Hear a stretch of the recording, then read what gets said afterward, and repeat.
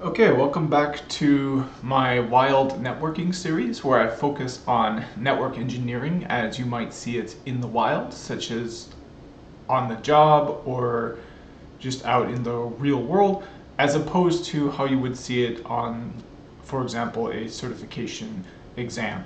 So in the last series of videos, which was a 4-part series, I looked into Arp Scaling.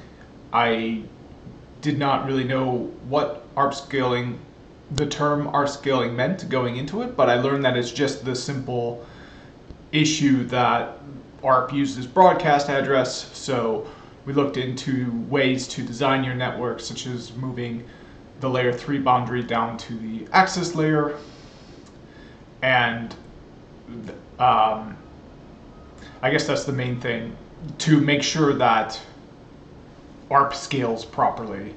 So there were some more things that I want to get in this recap here. Let's see here. Yeah, so we learned some trade-offs and limitations of those kinds of designs. The L2 L3 boundary Welcome back to another video in my wild network. I can't pause it. Okay. I can't pause it. Okay, now I can pause it. So the boundary of the L2 and L3, oops, and I'll shrink it down so that you can see my screen here. Okay, so that is a major design. So that's another thing that's going to be a big part of this series is design, because that's directly relevant to the real world. That's in fact one of the main things relevant to the real world.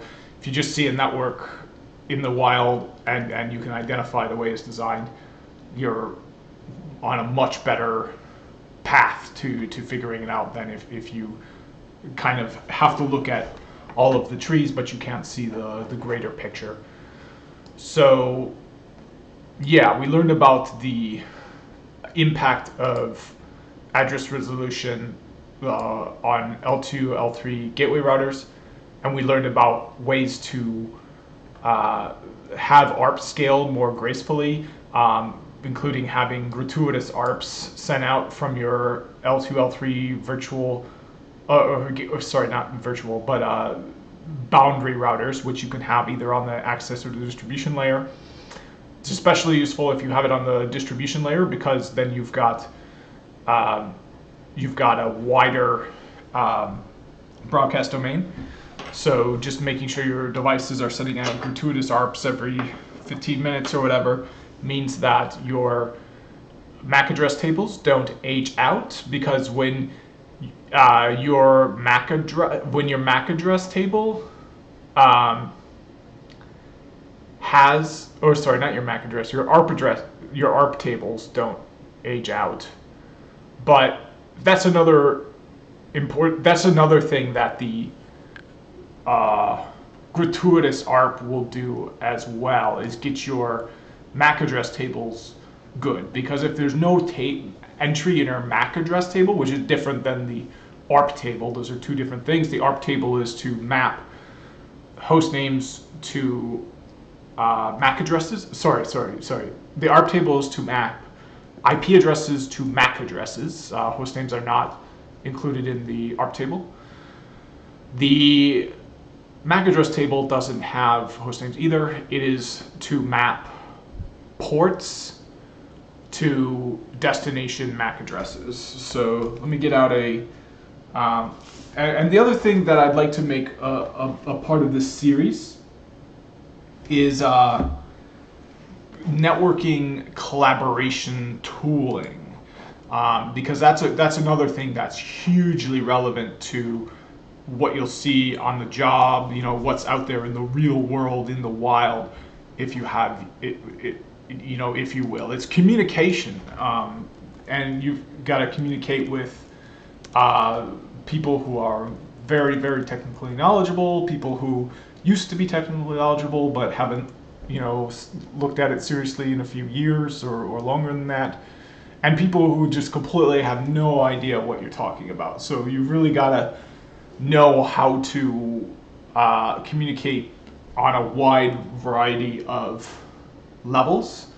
But I would say probably one of the most important levels to communicate on, especially if you're actually in a network engineering role and not in like a managerial role, is that really down specific, clear, technical level where only you and the other engineer really knows what you're talking about, and somebody else walks in and sees you talk, and you're basically talking in a completely different language to them. That, I think, is the most important level to get right, because that's when things become more unclear and difficult to explain. So that's where it's really important to get out your tools. So one of the tools I like to use is this Draw.io. This sketchtogether.com. You get a free hour without having to sign up or anything. So I have a tablet with a stylus, and I like to draw out what I'm talking about to help me explain things. So let me just jump that in.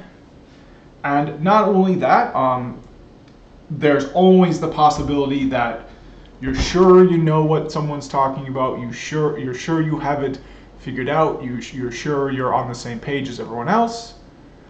Then you go to explain it, and everyone agrees you just don't know what you're talking about, or you just can't even explain it because even though you thought you understood it, you just can't put it into words. You really actually didn't understand it, or maybe you kind of made a misassociation and you thought they were talking about something, but they were talking about something else.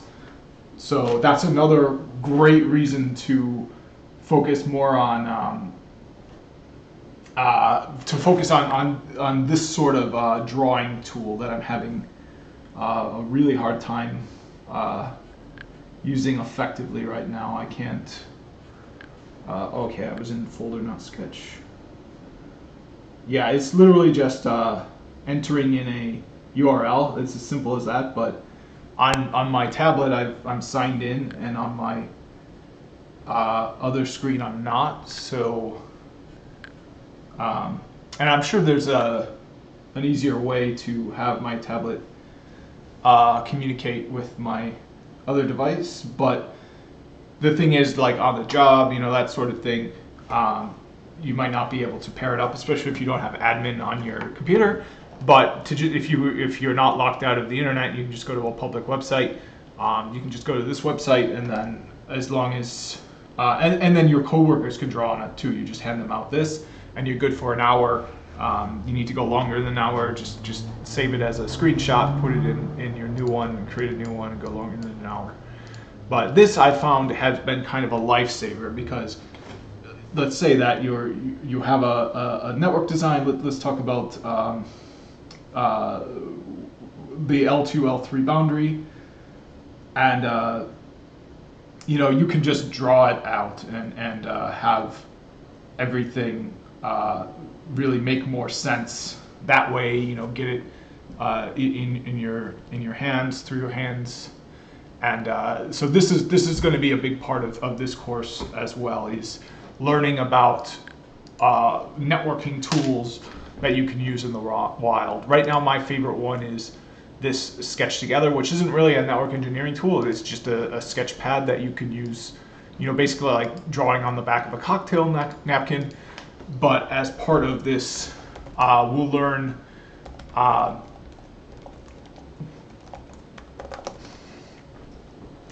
about network diagramming tools as well. And the only one I really know of that is just free. Now, of course, there's Visio. That's the big one. But there's also Draw.io, which is okay.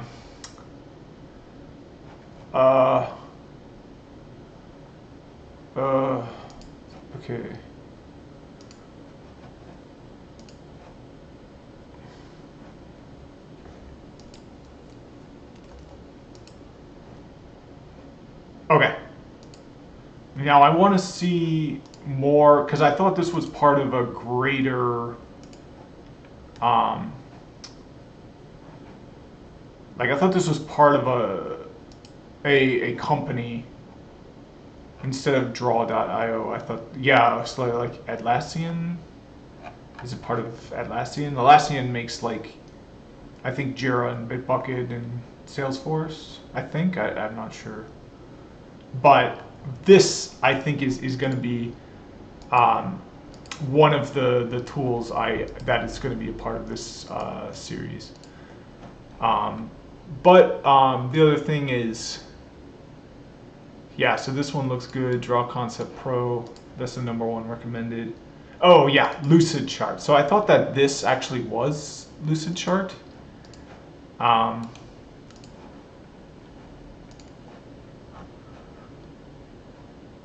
No, Lucid Chart is different. But this isn't just free.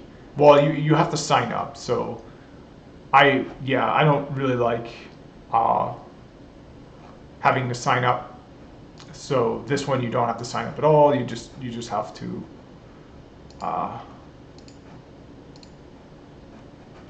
and then it looks like you can choose a template here. So you can do here we go. Here's like here we go, network. So there, we've got a network diagram already there, ready to go here, this free site.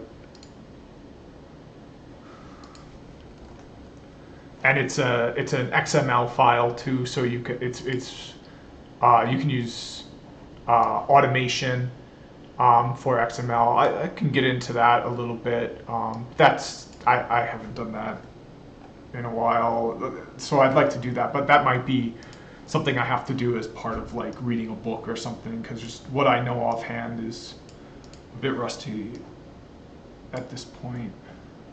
As far as creating network diagrams go, I do have experience in that, but it was a few years ago, and I'd rather just read a book and learn how to do it legit than how I did it, which is just kind of working on it until I got it, somewhat correct. But yeah, you can see really useful tool here. This is going to be something I hope to use more as part of this wild networking series. Okay, but for now I'm going to close it.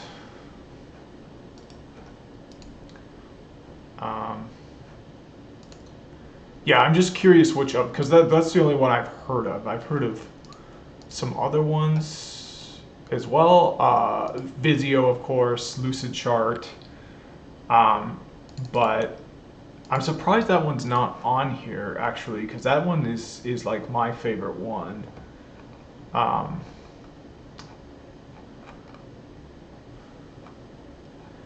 Yeah, I'm pretty surprised that's not on here. I think it's basically Lucid Chart. It's similar to that.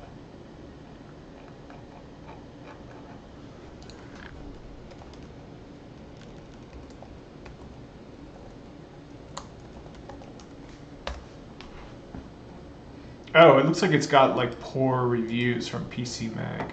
Oh, is it not trustworthy?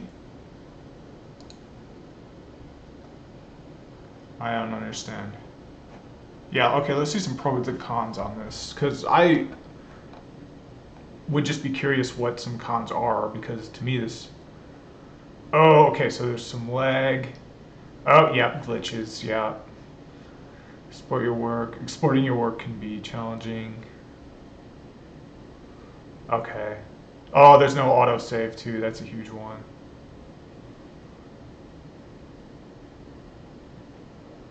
Further automation for networking.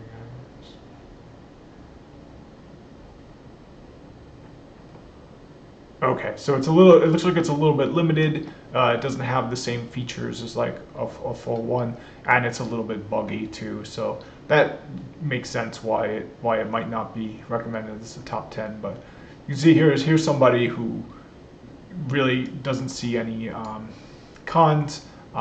And for me, this here, the fact that it's web-based, you don't have to install, you don't have to sign up. because when I find when I need to use a tool like this, it's usually because I'm losing my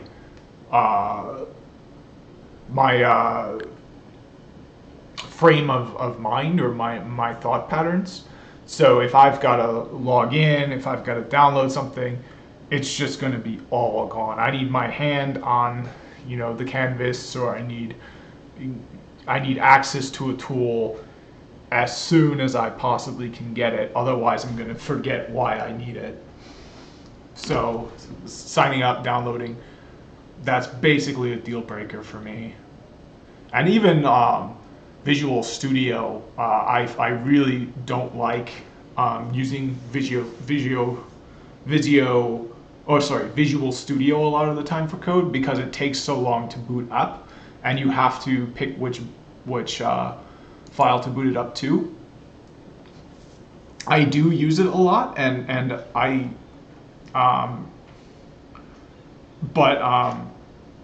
often end up using Notepad++ as well. That might be something I could do as well as part of this wild networking series, is take like a actual tutorial, or real, maybe even buy like a Kindle book on using Visual Studio. Because that's something I've been wanting to do more on this channel, is just read books. I have another series that is reading this Mastering Python Networking book, but as I've said many times in that series, I just do not recommend this book. This is a bad book. It doesn't even have a table of contents. It doesn't have very good insights, I find. It's basically just an advertisement for Ansible or some other tool I found, or networking tools. It does not have actual good, priceless tidbits, and even if it did, you couldn't find it anyway because there's no table of contents. This one here I'm really excited about, but unfortunately I just haven't made the effort to make a video out of it. I've read some sections of it, and yeah, I hope to be doing that sometime soon. But okay, I've kind of gotten off topic, and by kind of, I mean I really gotten off topic. I apologize for that. So basically what I was doing is just summarizing what I did in the last series of videos, which, it was 4 parts, each longer than an hour, so there's a lot to summarize there. And I was speaking to things I might be focusing on after the next thing I choose to focus on, which is going to be BGP, one of my bigger weaknesses, I would say, and not a weakness as in, I'm just completely weak at it. It's something I think I need to get a lot better at. I passed the JNCI ESP. I passed the I passed the JNCI PSP, which has a lot of BGP in it. I passed the CCNP running a switch, which has a lot of BGP in it. But the BGP section on the JNCI ESP, I actually did really poorly on, and I was not prepared for that at all. I thought that was going to be one of my stronger sections. So let's move right into that. We're going to start by reading the Bgp Rfc. And this is a big part of what it's like to do networking in the wild, is having access to educational materials. You're not going to have CBT nuggets, INE video for a situation you see on the job in the wild. If you're just absolutely stumped, you're going to need to figure it out. And as I said, if you're used to having a triple CCIE make you a streamlined, on-topic video for your issue, it might not go so well in the wild, where you're seeing something on a device vendor you've never worked on, something you've never seen. You really got to learn to have kind of wits about you, and kind of say, here's something that is a good thing to do generally. I don't think it's going to solve my problem, but it doesn't hurt to do it anyways. And I think some of those things would be checking the logs and taking a packet capture, like a TCP dump, just doing as many show commands as you can. Those are all generally, I think, good first steps. Yeah, and ideally, you'd have like a config archival system set up, and you can. That's the other thing that I think is really good, is to like cross compare configs, like say, oh well, this device, there's something broken, this device is pretty much the same as this, everything's fine, how do the two configurations look different? So that's a really good instinctual thing to do as well. Okay, but I'm gonna start with this because reading RFCs, of course, this is your pretty much, if you watch a INE CBT Nuggets video, you're basically just watching a second-hand summary of the RFC itself. So you might as well, what I tell myself a lot is, eventually I'm just going to need to switch over and focus on RFCs as a primary source, because they are the primary source. Okay, so before I start reading this, I'm going to see what these updates are. Okay, I'm going to see what this obsoletes. So this is a standards track. This is a standard RFC. Yeah, this is an internet standard. This is the highest level of RFC. Yeah, so it's a high degree of technical maturity and a hugely beneficial offering. So that's another thing I want to do. Let me write some of these down, so just so I have them. So I'll say wild networking series. We're gonna have network diagramming tools and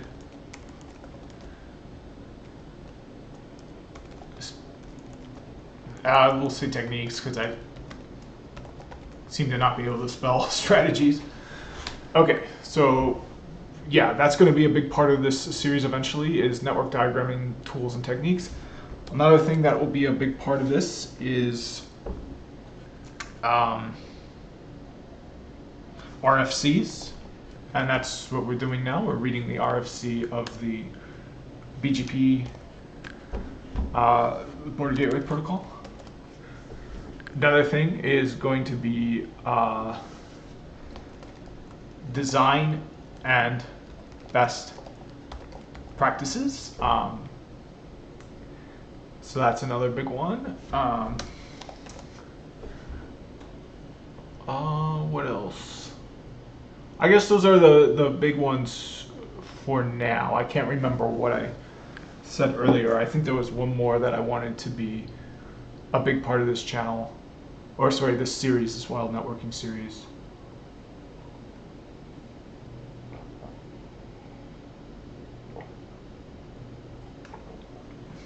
But those are the three I want to capture for now.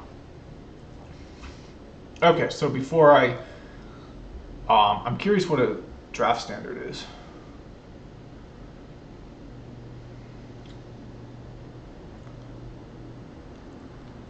Okay.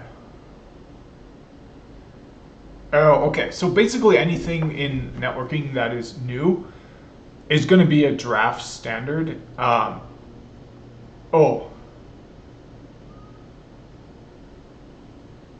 that's interesting.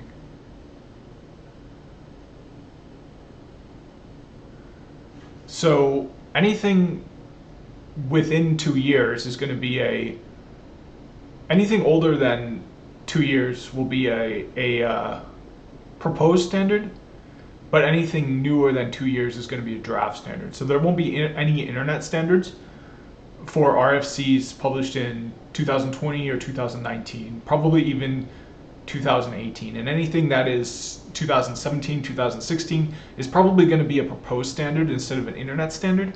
That's something I was often curious about when I was reading these RFCs, is why aren't there that many internet standards, and why are these fundamental RFCs that everyone uses everywhere either draft standards or otherwise not an internet standard? It's because to be an internet standard, the time it was published is also important. It has to be it has to stand the test of time as well.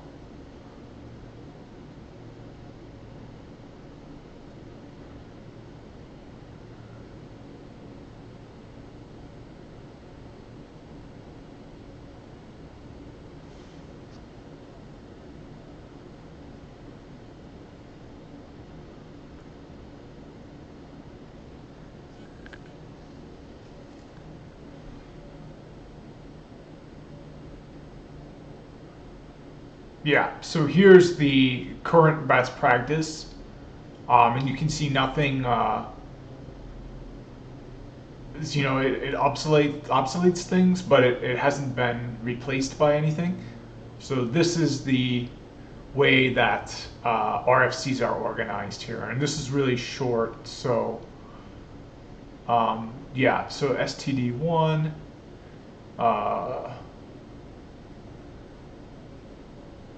Yeah.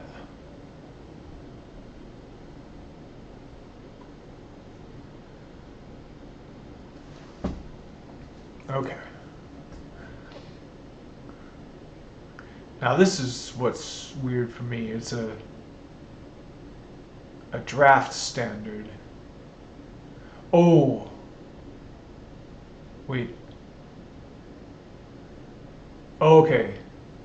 Yeah, see, this is what kind of gets me. This was in 2006. It's frickin' BGP, and it's a draft. It's not an internet standard. It's still a draft. Okay, and this is a proposed standard.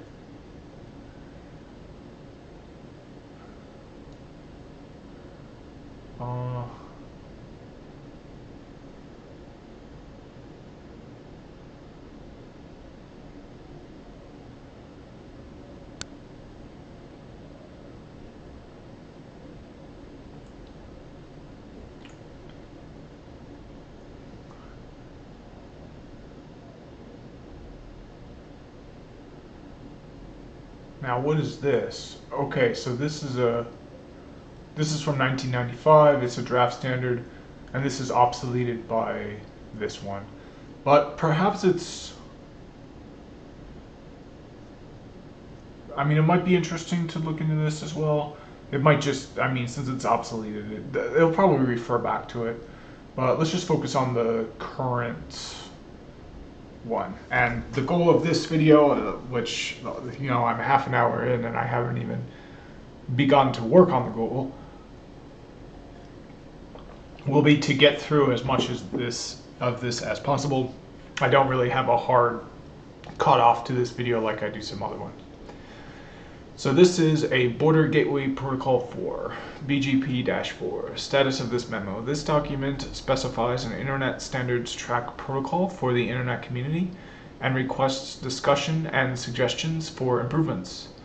Please refer to the current edition of the Internet Official Protocol Standards, STD1, for the standardization state and status of this protocol. Distribution of this memo is unlimited. So this is so old that it was actually before the RFC we just looked at that said that STD1 is no longer what you need to refer to see the standardization state and status of RFCs. So I'll just ignore that and go on to the abstract.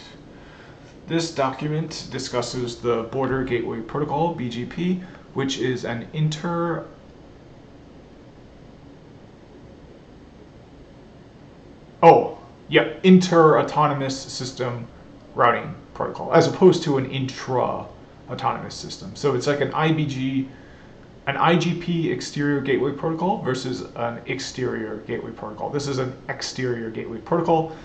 It's for communication between autonomous systems, something like OSPF, ISIS, RIP. Those are intra-autonomous system routing protocols for routing within an autonomous system, as opposed to BGP, which is for routing between autonomous systems. So if I own a network, you own a network, and this is my network, you can't have it.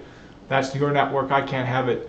But we want our networks to communicate with each other still, we're going to use BGP. But for my own network, I might use OSPF. For your own network, you might use ISIS. BGP is for our networks talking together. Our networks alone, you would use an IGP like OSPF, RIP, or ISIS. The primary function of a BGP speaking system is to exchange network reachability information with other BGP systems. This network reachability information includes information on the lists of autonomous systems, ASs, that reachability information traverses. This information is sufficient for constructing a graph of AS connectivity for this reachability, from which routing loops may be pruned, and at the AS level, some policy decisions may be enforced. Bgp-4 provides a set of mechanisms for supporting classless interdomain routing, CIDR.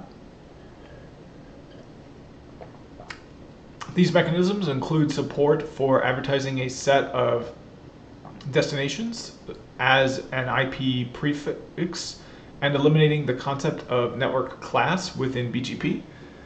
Bgp-4 also introduces mechanisms that allow aggregation of routes, including aggregation of AS paths. So this is something that's always a little bit odd to see, the fact that they consider including a set of mechanisms for supporting classless interdomain routing, something that is of note. Now, remember, this is from 2006, before IPv4 space exhaustion was such a pressing issue. It probably was back then as well.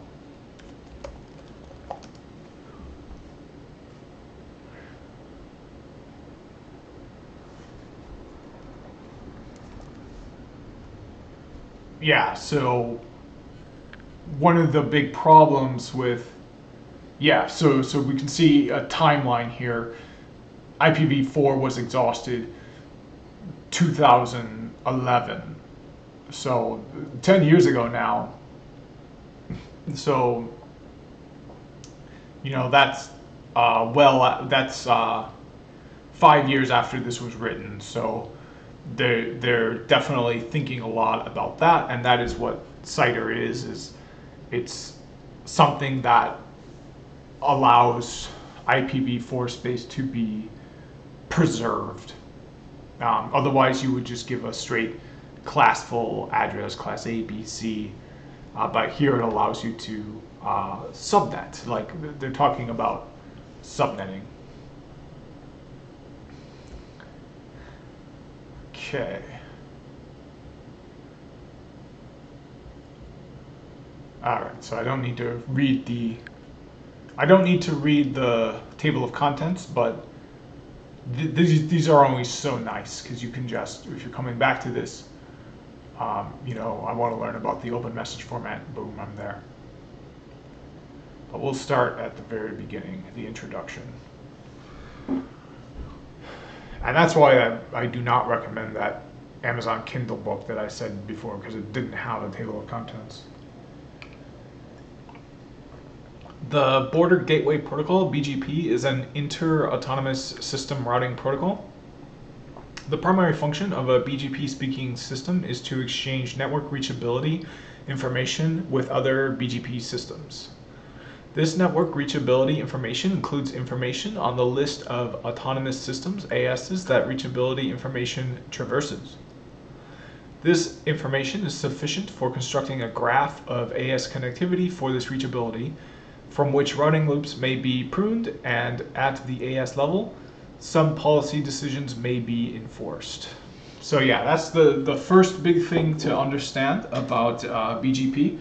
Now, I do consider myself to be fairly well versed in BGP. I just think it's, I think it's a weak subject for me, but it's not weak in that I know nothing about it. It's weak in that the level I want to be at it is much higher than the level I am at it. But the level I am at it is still, I think pretty high. It's just not nearly all the way where I want it to be.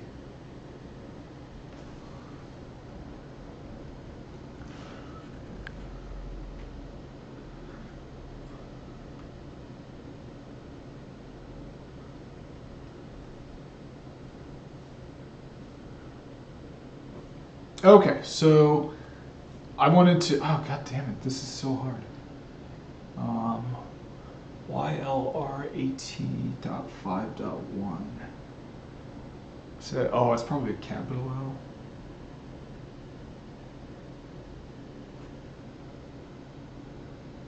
No, it's a lowercase.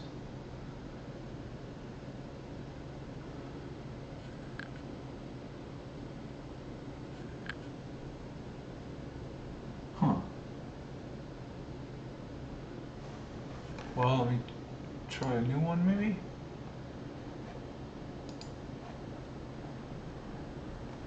And let me do it on here, because then it's easier.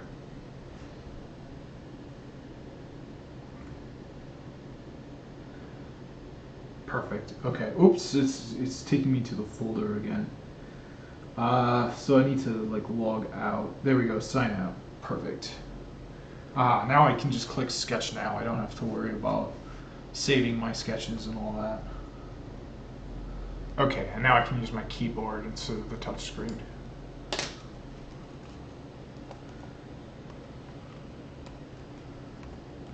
Perfect. Okay, so I wanted to explain what the difference is between BGP and iBGP. If you have iBGP, you're dealing with sending information between routers. So here's router 1, here's router 2, here's router 3. So if you have a connections like this, by default, without any sort of dynamic routing protocol, your router knows about connected routes or routes you tell it, static routes, anything you enter in. So router 2, let's call these routes A, B, and C. If I do nothing to router 2, its routing table is going to look like this: A, B, and then I'm going to do a -C and -C, because those are connected routes. That's how it knows about them, because it's connected into the route itself, so therefore it knows about it. So of course we know what the other ones are going to look like. We've got B and C on this one, which are both connected routes, and we've got A and C on this one, which are both connected routes. So now what you can do on a small topology like this is you can say, okay, well, I want it to know how to get to C. So you can manually enter and say, hey, to go to C, this is going to be a static route, but you got to tell it how to get to C. So you've got to give it a next hop. For A, and the routes A and B, since they're connected, they already know that the next hop is going to be the other side of that link there. But for this one, for C, it doesn't know if the next hop is here or there. You have to tell it which one, or you can of course. I know on Juniper's you can give it another next hop, a qualified next hop.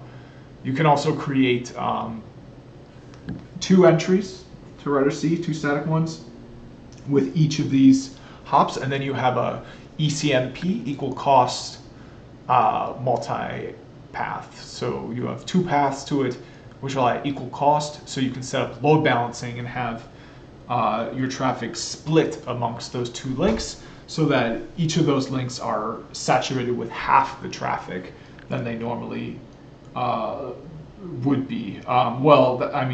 So basically what I'm saying is, instead of having, for example, this link B here receive 100% of the traffic, and then link A receive 0% of the traffic, you can have each link receive 50% of the traffic, and that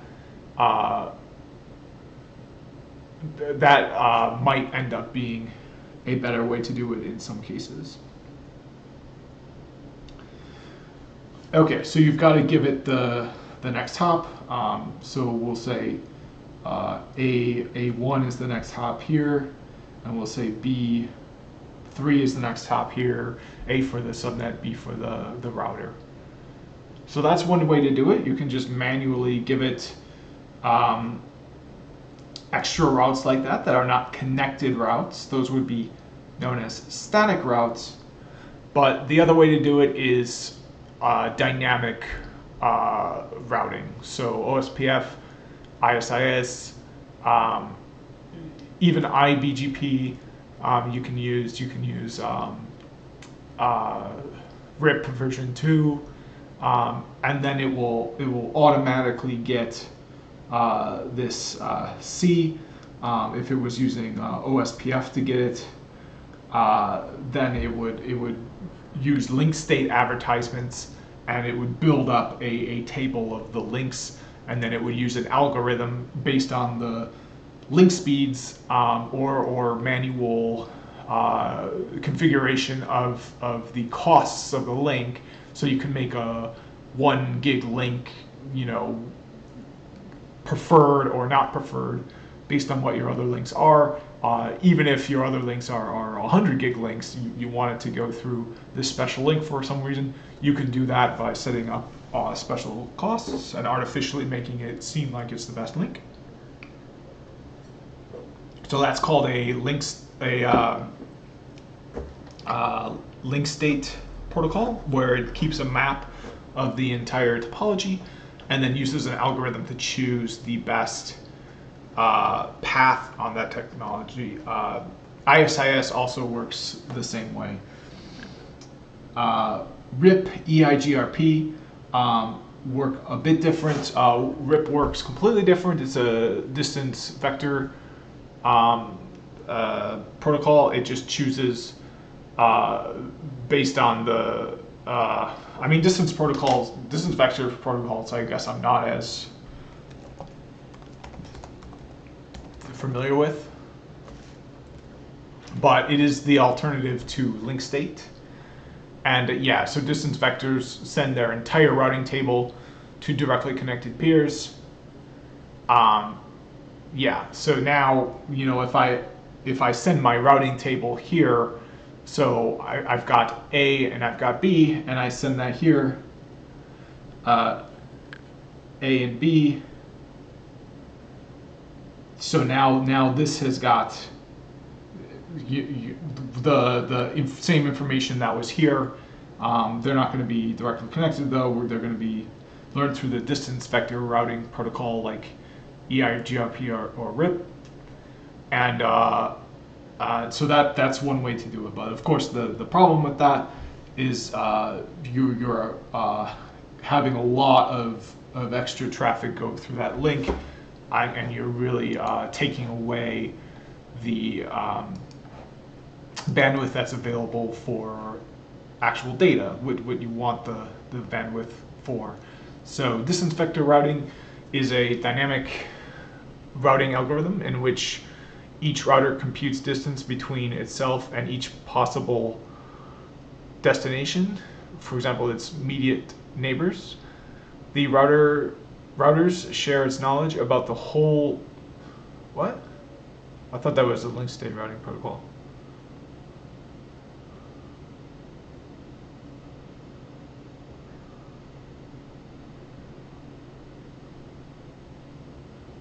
Okay, well let's just read this. So it's a dynamic routing algorithm in which each router computes distance between itself and each possible destination.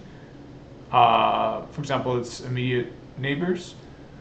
The routers share its information about the whole network to its neighbors and accordingly updates its table based on its neighbors. Oh, okay. So this is just another way to say it shares its routing table. So yeah, this is what I was expecting it to say. It was just worded in a way I wasn't expecting. The sharing of information with the routers takes place at regular intervals. So that's another thing that's a disadvantage of it, is instead of just updating on a need-to-know basis, it updates on regular intervals, whether it needs to know or not. And as we saw in the drawing here, you get extra information that it already has.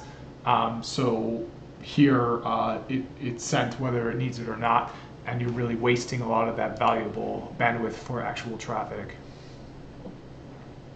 It makes use of the Bellman-Ford algorithm for making routing tables.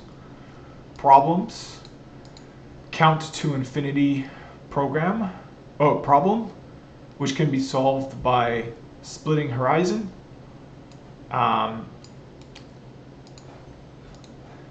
Good news spread fast and bad news spread slowly.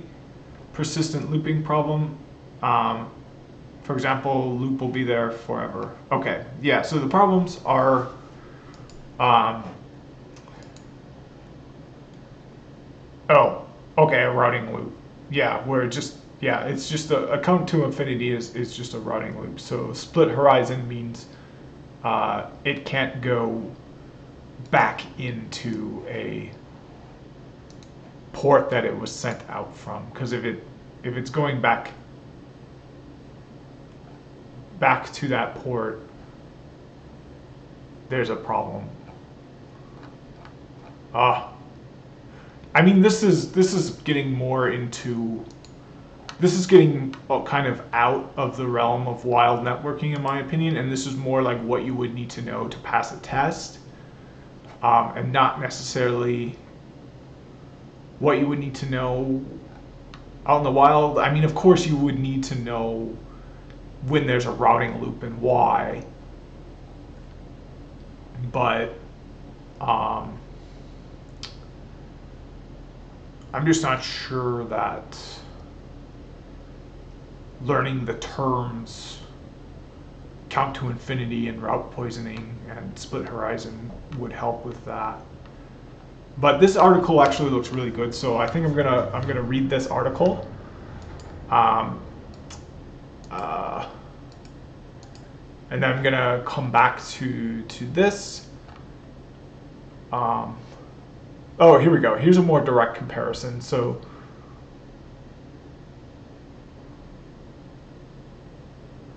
oh, okay. Well, that's interesting.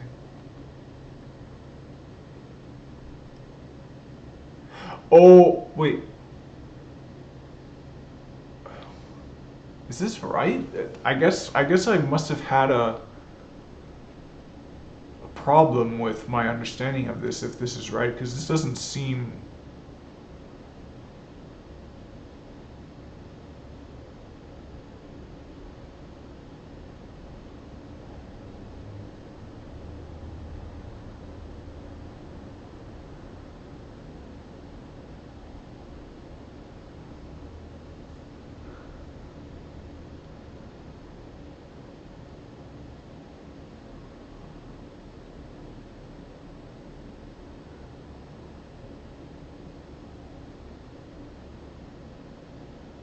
Yeah, and you can see, like, this is the one I'm more familiar with because it's OSPF and IXIS, and this is RIP and RIP version 1 and IGRP, which really aren't used that much. So it's kind of no wonder that I don't really know that much about these. And this is what I mean when I'm saying that this is more what you would need to know in a classroom or on a test, and really not out in the wild, because if you're using RIP version 1 out in the wild, you should probably upgrade to RIP version 2, which I don't think is a pure distance vector routing protocol. I think it's like a hybrid of link state and distance vector. But of course, if you are having a routing loop, that's something you will see in the wild and will need to know how to deal with. So it's not entirely removed from the real world. It's just, it's certainly off the topic of BGP, but it's important to know some basics of routing before learning about, or to at least brush up on and review some basics of routing before moving on to BGP. And we were talking about the difference between a protocol that exchanges network reachability information and a protocol that exchanges IP subnets. But we can read, I'm willing to read this article because this looks like it could be clarifying. And then I don't think I'm going to continue to read this one just because it's kind of confusing me a lot, and there's like a lot of typos and bad wording in it, so I actually don't really trust it, to be honest. I'm just not sure. Let's see if this is a different, because I'm sure there's some blogs with errors in them. I'm not saying that this one, but this came from like the Geeks for Geeks. So yeah, I'm not sure who this author is, but the typos and word choice are not something I think is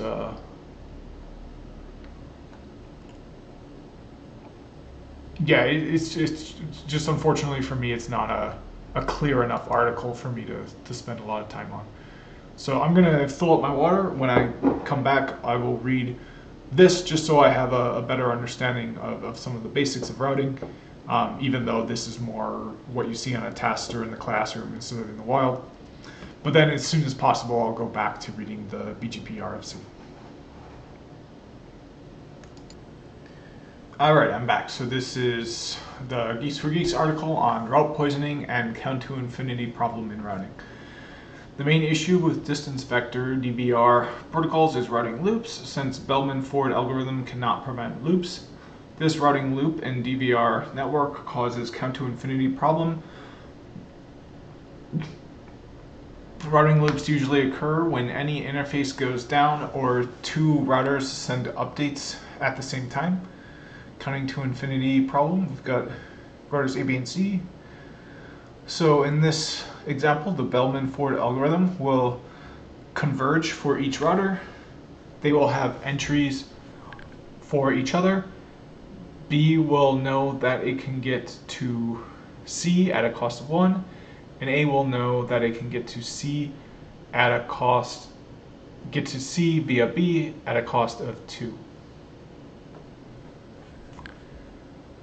If the link between A and B is disconnected, then B will know that it can no longer get to C via that link and will remove it from its table. Before it can send any updates, it's possible that it will receive an update from A, which will be advertising that it can get to C at a cost of 2. B can get to A at a cost of 1, so it will update a route to C via A at a cost of 3. A will then receive updates from B later and update its cost to 4. They will then go on feeding each other bad information toward infinity, which is called as count to infinity problem.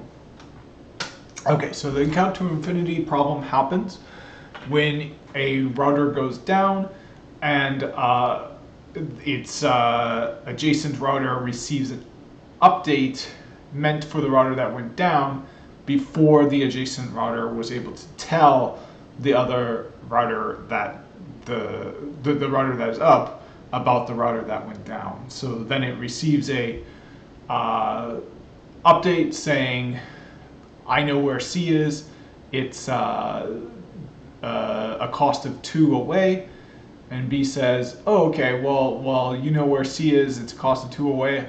I don't send anymore, but I trust you, so let's go through you. You must have a link to C, meaning that it's a cost of 2 away through you. So here's an update back to you. A receives it and says, well, I don't see C over here, but I see that you see it as a cost of 3 away now because you added the link it went through. And then it just goes back and forth until it and it counts forever and ever and ever, and you've got this link saturates. So the solution for the count to infinity problem is route poisoning. When a route fails, a distance vector protocols spread the bad news about a route failure by poisoning the route.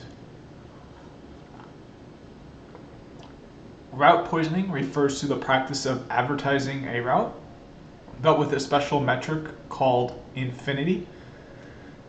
Routers consider values advertised with an infinite metric to have failed. Each distance vector routing protocol uses the concept of an actual metric value that represents infinity. RIP defines infinity as 16.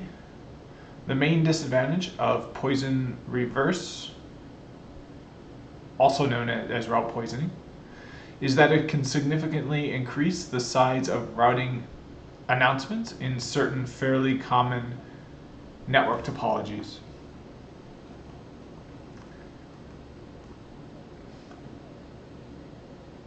And from what I understand, because I thought the issue was that it receives something before it would be able to send something out. So it wouldn't be able to send out the route poisoning message until after there was already a countdown to infinity situation going on, I thought. Well, anyways, let's look at the split horizon. If the link between B and C goes down, and for some reason we're no longer looking at B and C, we're looking at R1 and R2 and the icon of a PC, and B had received a route from A, B could end up using that route via A. A would send the packet right back to B, creating a loop, but according to the split horizon rule, node A, which I don't see a node A anywhere anymore, up here I still see it, would send the packet right back. Node A does not advertise its route for C, namely A to B to C, back to B. On the surface, this seems redundant since B will never route via node A because the route costs more than the direct route from B to C. Consider the following network topology showing split horizon. Okay, so I guess split horizon is just that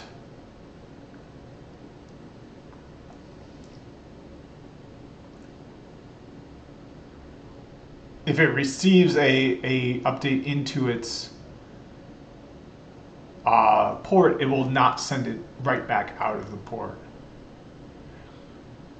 In addition to these, we can also use split horizon with route poisoning, where both above technique will be used combinedly to achieve efficiency and less increase the size of routing announcements. Okay, so I think yes, route poisoning still has that situation where this goes down, this didn't know it goes down, and send something before this could send an update back saying this went down, this now has a metric of 16 because this is down.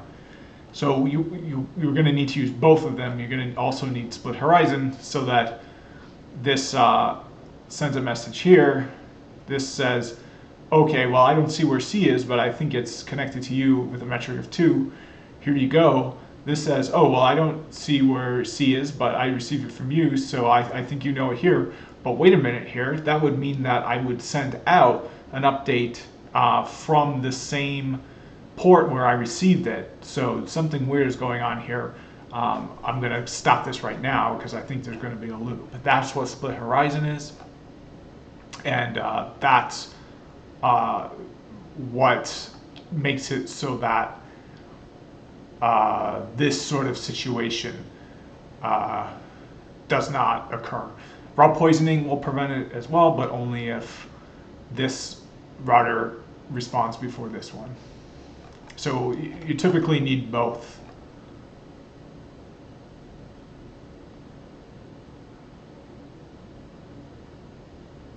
Yeah, and then you can of course set your hold down timers. The hold down timer immediately starts when all router is informed that attached link is down.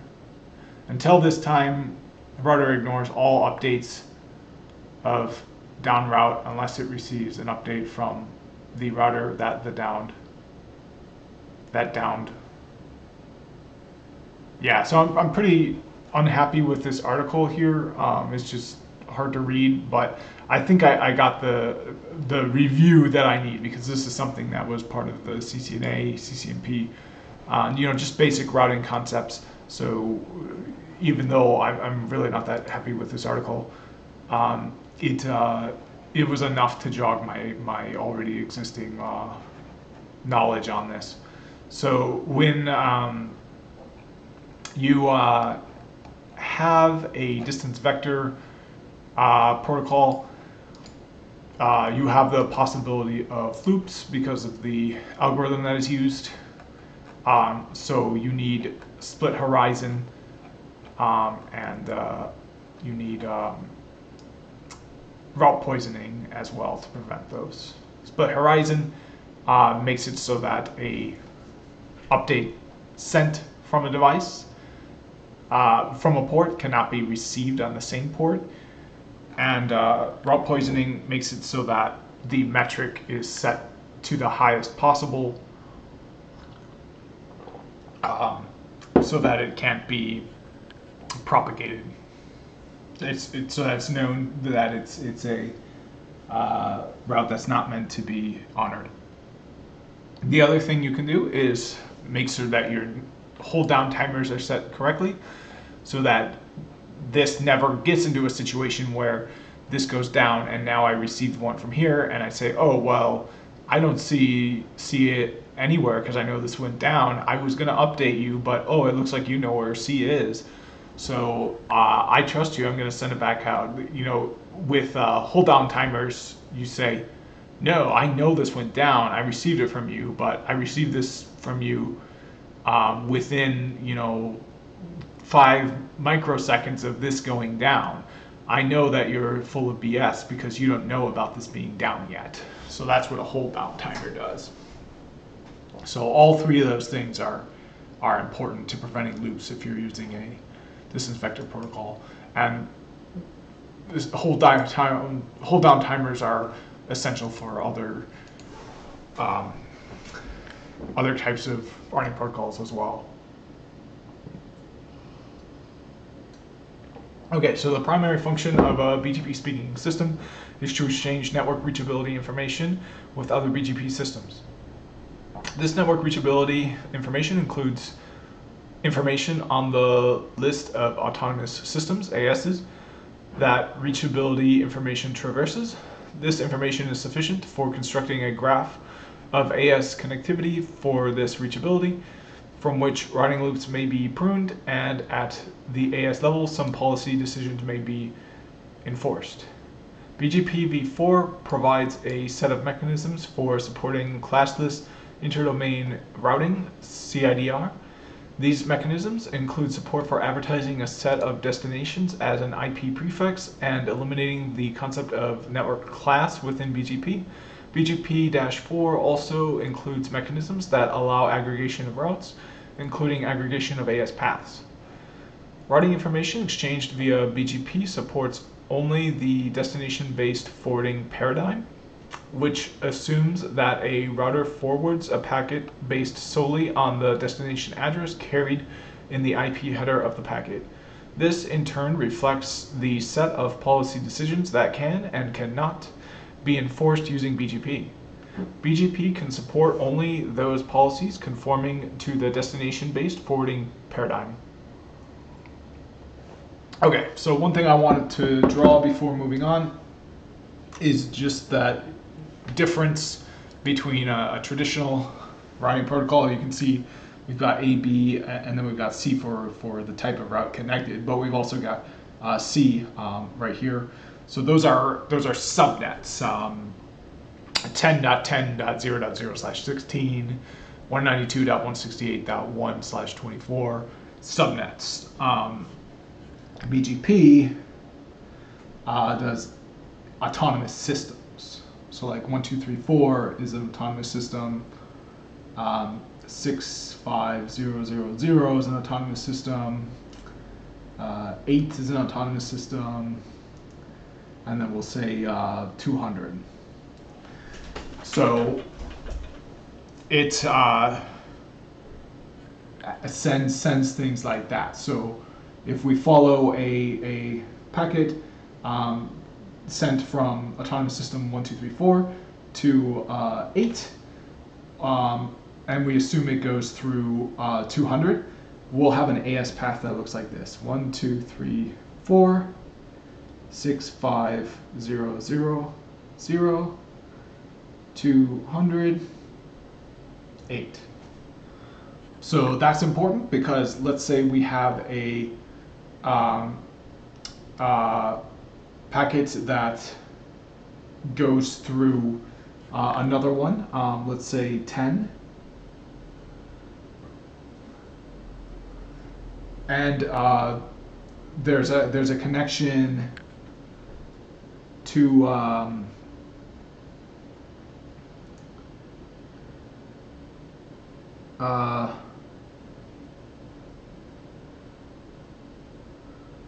yeah, so it goes.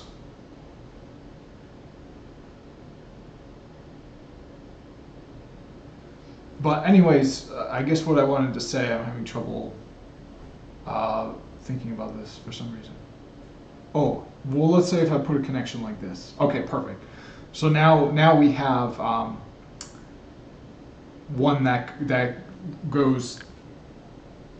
starts at the same AS.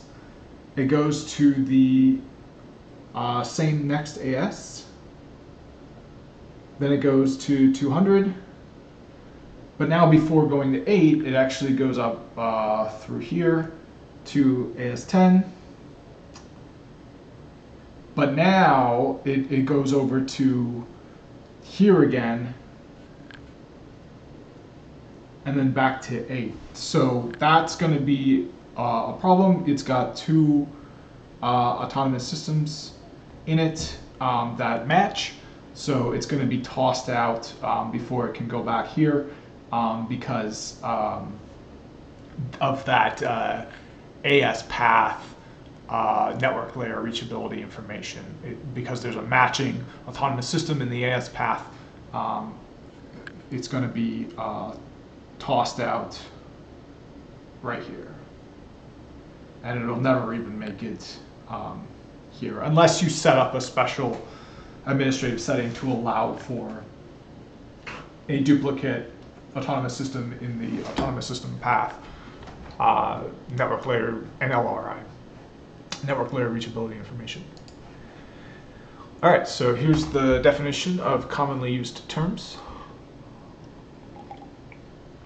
This section provides definitions for terms that have a specific meaning to the BGP protocol and that are used throughout the text.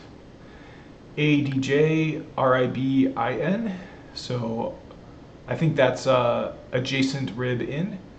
The adjacent ribs in contains unprocessed routing information that has been advertised to the local BGP speaker by its peers. I kind of want some more information on this because this is new to me. I've never heard that term which might be my missing piece in the puzzle. There are certainly a lot of those.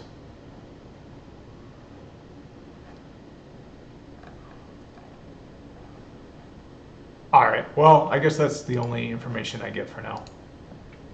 There's also the ADJ RIB out, and I think ADJ stands for adjacent, I'm not sure. The ADJ RIB S-OUT contains the routes for advertisement to specific peers by means of the local speakers update messages. So the ADJ RIB in has unprocessed routing information that has been advertised to the local BGP speaker by its peers, but the ADJ RIB out contains the routes for advertisement to specific peers by means of the local speakers update messages. So these terms in and out are from the perspective of a device. If it's in, that means that the peers of that device are sending information into that device, and that device is receiving it. If it out, it means there's a particular device sending information to its peers. So let me write that down so it's nice and clear here. In is this, and this is pretty obvious, but I will write it down. Anyways, I mean, for other things, it gets more confusing. The terms in and out, it's not always universal what that means, so it's important to be clear about it. Okay. Oops, and it was off. Oh, there we go. So yeah, in has the peers sending here, out has here sending out to the peers. Perfect. Autonomous system. The classic definition of an autonomous system is a set of routers under a single technical administration using an interior gateway protocol, IGP, and common metrics to determine how to route packets within the AS. And using an inter-AS routing protocol to determine how to route packets to other ASs. Since this classic definition was developed, it has become common for a single AS to use multiple IGPs and sometimes several sets of metrics within an AS. The use of the term autonomous system stresses the fact that even when multiple IGPs and metrics are used, the administration of an AS appears to other ASs to have a single coherent interior routing plan and presents a consistent picture of the destinations that are reachable through it. All right, Bgp Identifier. The 4-octet unsigned integer that indicates the Bgp identifier of the sender of Bgp messages. A given Bgp speaker sets the value of its Bgp identifier to an IP address assigned to that Bgp speaker. The value of the Bgp identifier is determined upon startup and is the same for every local interface and Bgp peer. Okay, so this is kind of like the router ID. I actually didn't know that it was assigned upon startup of the. Now, it's not clear what it means by startup, if that's startup of the OS on the router, or if that's startup of the BGP protocol. But either way, that's interesting to know, because it almost sounds like if you configure BGP, in order to change the actual router ID, you have to delete BGP and reconfigure it. Otherwise, it hasn't started up, and even though you change it and it's going to look different in the routing config, it's still going to be the same value until you restart either BGP or the entire device. So I'm actually going to try that. I'm curious enough about that. So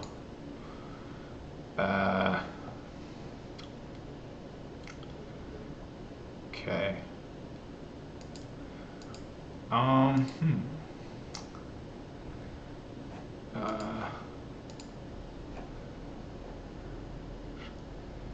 Okay, so I've got my lab up, and I finally got GNS figured out.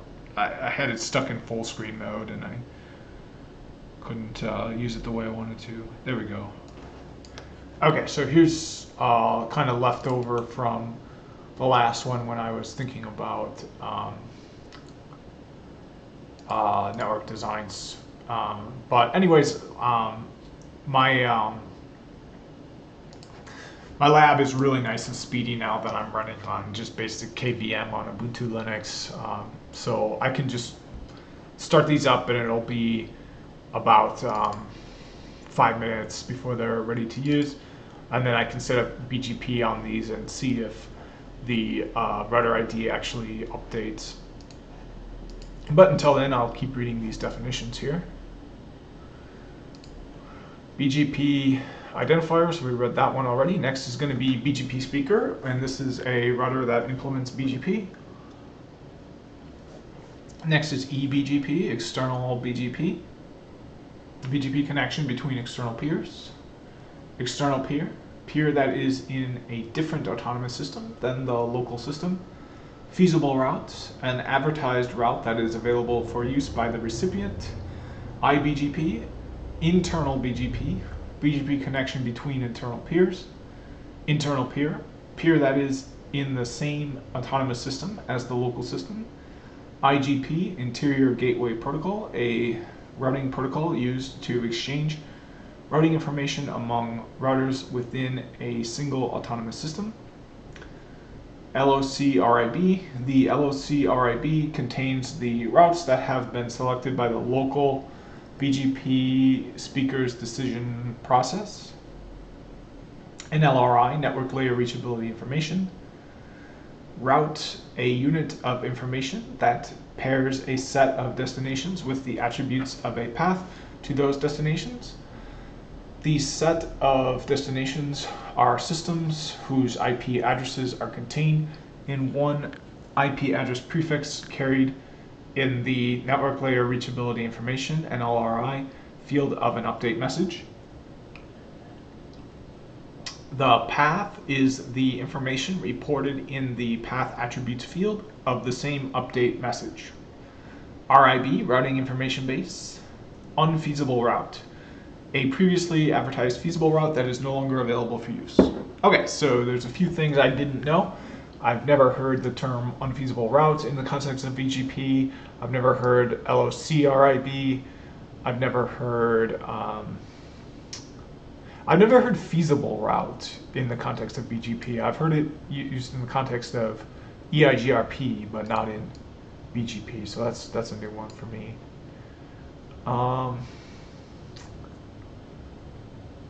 And then these two, I've never heard of these: ADJ-RIB out and ADJ-RIB in.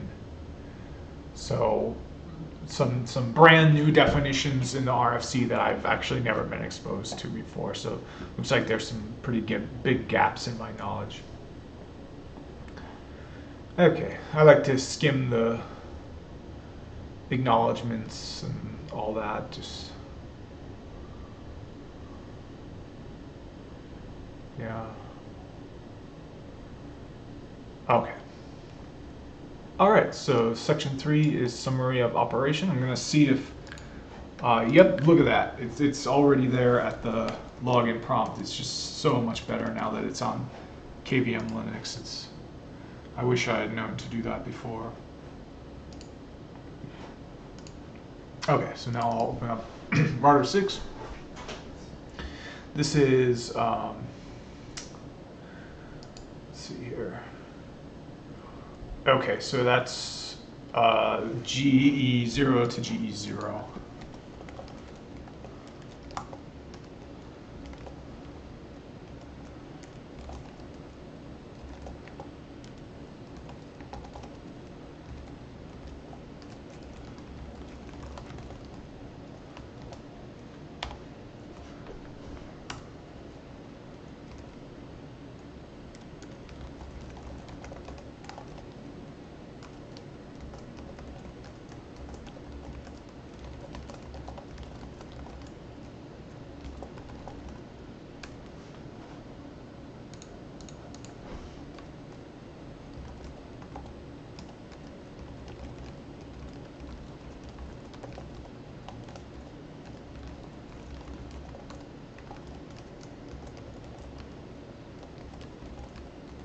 Okay, so that's the basic stuff, so I don't get these spammed messages, and so some basic labeling is there. So let's add an IP address.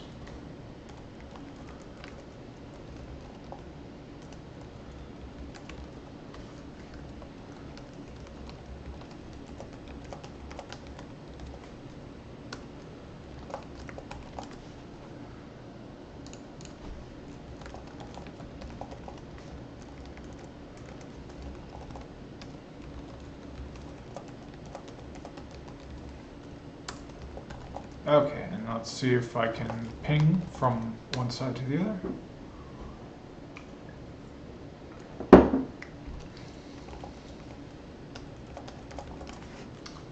Okay.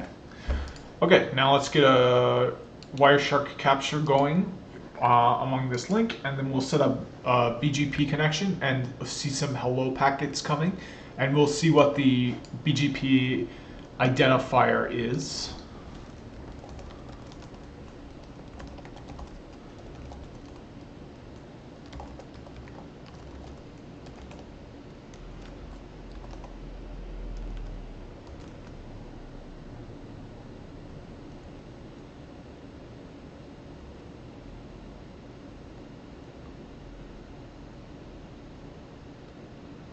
Okay, and I think it's done under routing options.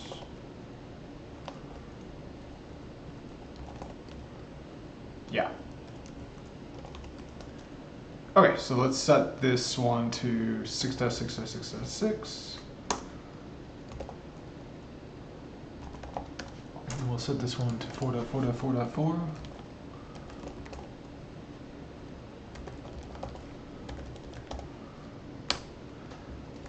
Okay, and then, oh, we gotta skip this version. Okay, we don't have any traffic unless I do another ping. We'll see some ICMP traffic. There we go. But let's get some BGP traffic through there.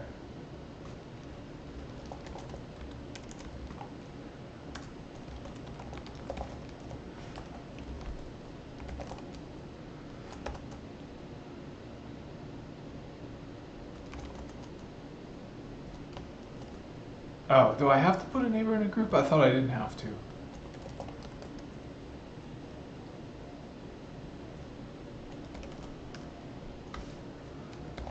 Oh, yeah, I have to put a neighbor within a group.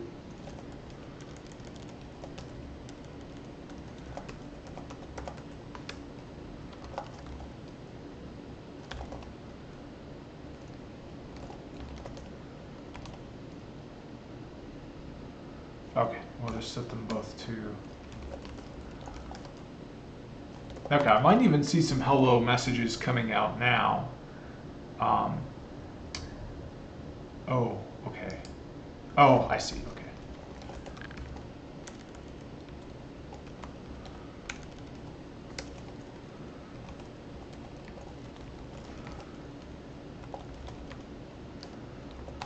Okay, so now, yeah, I might even see some coming out now, but I won't see any responses.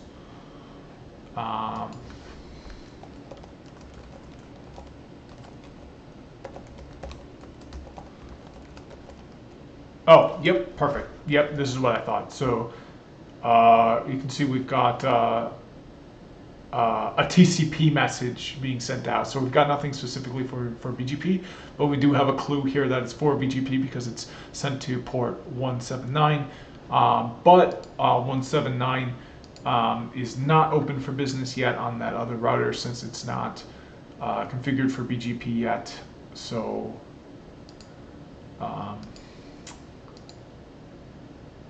so I think that's what this reset flag is all about. That it's not, yeah, it's not ready to go yet, so it sends a reset flag back. Yep, and that's what it's going to do until the cows come home or until BGP is configured on this other router.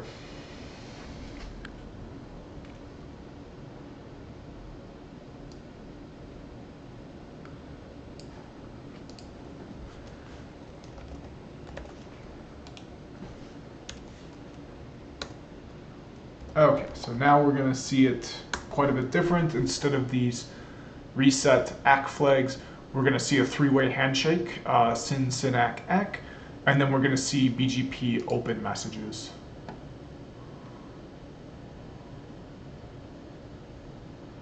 So here's the SYN, SYN, ACK, ACK, and then here's the BGP Open Message.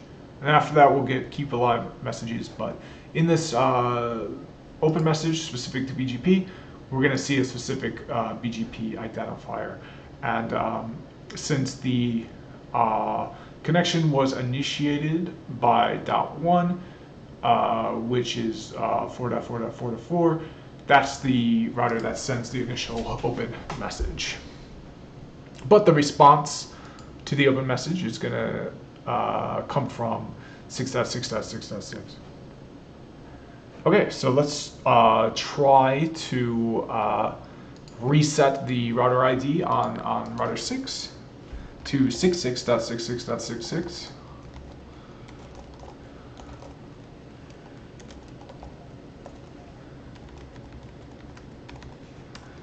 Okay, and now let's see if the next keep alive message that comes through uses that new router ID or not.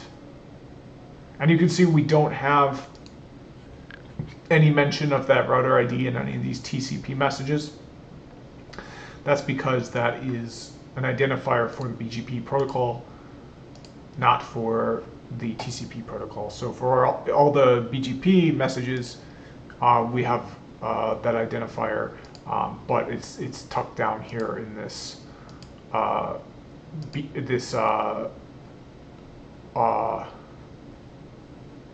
oh, that's interesting. The identifier isn't included in the keep alive messages. It's just in the open message. Yeah, so it looks like the identifier is only included in the BGP open message, and the keep alive messages here don't have the identifier in them. And then the regular TCP traffic doesn't have it either.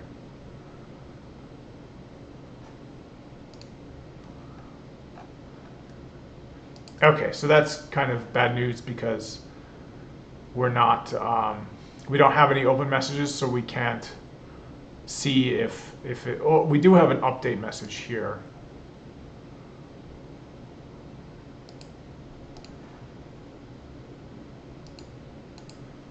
But I can't tell if it changed the router ID until I get another open message.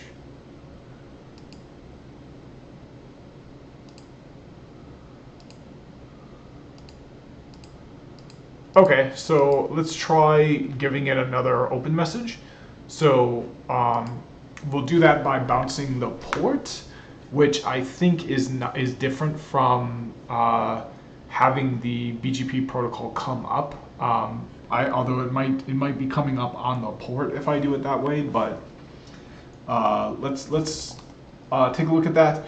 Right now, I am guessing that it will keep that. So I'll get an open message, but it will keep that same 6.6.6 router ID even though I changed it. And I think it's going to do that because I did not restart the BGP protocol itself. So let's see if that is the case.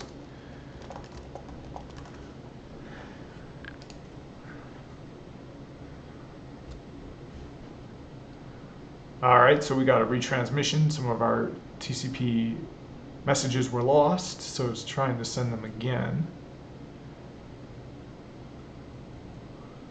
But that's not going to work because the port is down. I've got to roll that port back.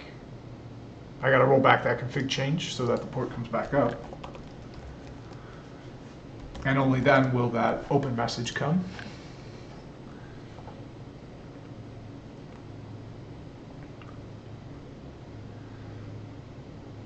So we won't see the handshake again because we didn't get the. Actually, I'm a little bit confused because you won't get a four-way disconnect if you just shut down the port because it won't respond.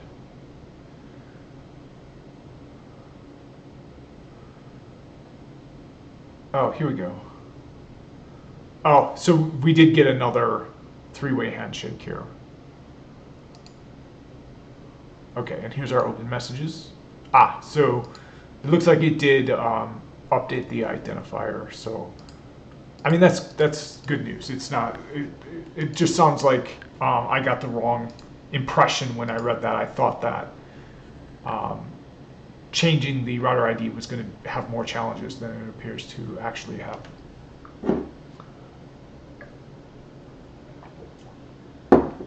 Okay, so I'm going to try to get through. Oh man, I gotta pause it and get some more water, and then I'll try to get through at least this part, if not as much as I can.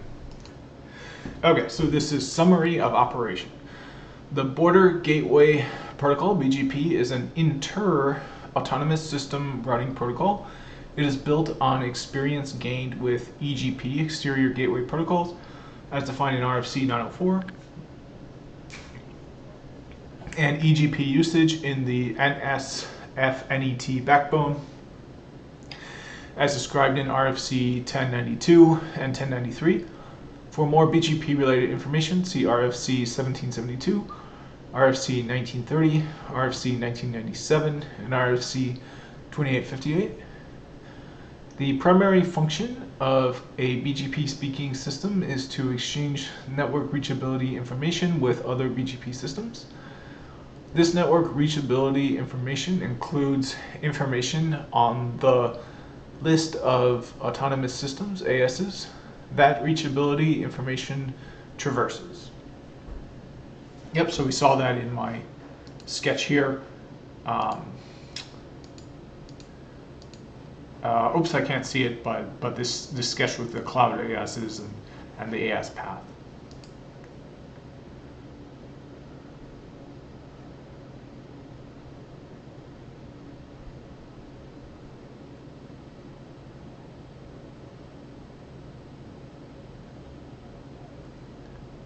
Okay, so the primary function of a BGP speaking system is to exchange network reachability information with other BGP systems. This network reachability information includes information on the list of autonomous systems, ASs, that reachability information traverses. This information is sufficient for constructing a graph of AS connectivity from which routing loops may be pruned, and at the AS level, some policy decisions may be enforced. In the context of this document, we assume that a BGP speaker advertises to its peers only those routes that it uses itself. In this context, a BGP speaker is said to use a BGP route if it is the most preferred BGP route and is used in forwarding. All other cases are outside the scope of this document. In the context of this document, the term IP address refers to an IPv4 address. But I believe since BGP deals with NLRI, network layer reachability information, and not addresses themselves, it's pretty much seamless to use a IPv6 address. It's just a different family. You just, on a Juniper, you need to tell it that you want it to exchange IPv6 addresses as part of its NLRI, but you don't need to use, for example, in OSPF, you have to use OSPF version 3. You don't need to use BGP version 5 or 6 to run IPv6. You can use BGP for either.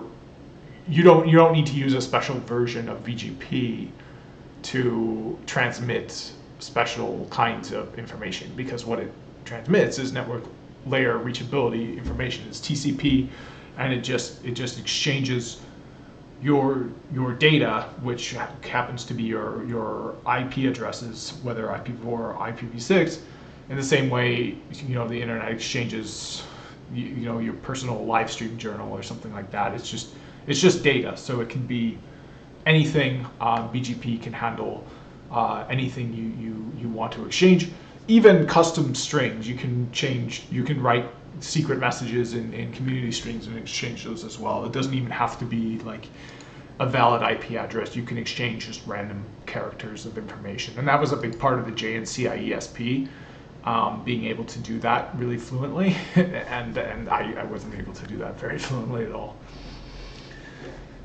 Routing information, it was a part of the publicly posted curriculum.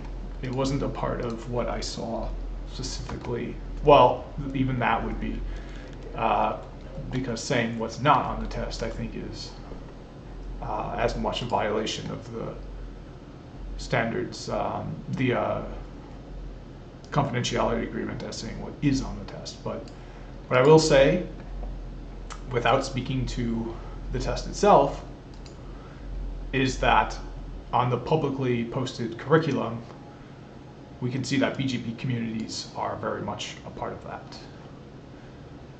As far as what is on the test, that I cannot speak to, since I have taken the test and have signed a confidentiality agreement, and thus cannot talk about what is or is not on the test. The actual test, I can talk about what is or is not on the curriculum for the test, since it's posted publicly. But yeah, I'm still thinking about retaking that. I have until I have a few months, but it's kind of a hard decision to. I just don't really feel like I'm ready at this point in my career for expert level certification. Like, for somebody like me who's only got, you know, a solid 5 years of experience, like just having a CCIE or a JNCIE almost seems a little bit inappropriate. Those certifications are meant to kind of validate your years of professional experience. So you're meant to get them after you have 10 years of professional experience instead of before. So, and I think employers kind of look at it that way too. If you never worked a day in your life in the network engineering field, but you have a JNCIE, you know, a JNCIE or a CCIE, you know, they might look at you a little bit like, why do you have that? You like, you know, live your life. Or like, why would you spend, you know, so much time studying when you, like, obviously you're spending your time on certs instead of on the job. And on the job is kind of something that is more valued in the real world, in a wild networking context. It's not as important whether or not you passed the CCIE as it is whether or not you in the real world did something that created a lot of value. Alright, so routing information exchanged via BGP supports only the destination-based forwarding paradigm, which assumes that a router forwards a packet based solely on the destination address carried in the IP header of the packet. This in turn reflects the set of policy decisions that can and cannot be enforced using BGP. Note that some policies cannot be supported by the destination-based forwarding paradigm, and thus require techniques such as source routing, aka explicit routing, to be enforced. Such policies cannot be enforced using BGP either. For example, BGP does not enable one AS to send traffic to a neighboring AS for forwarding to some destination reachable through, but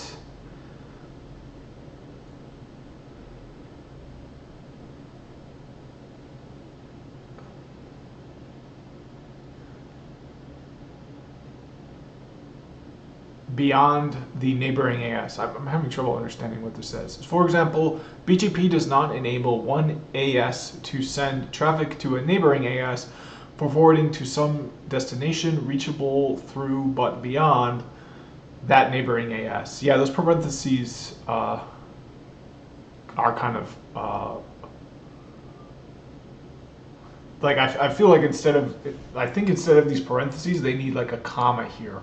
So for example, BGP does not enable one AS to send traffic to a neighboring AS for forwarding to some destination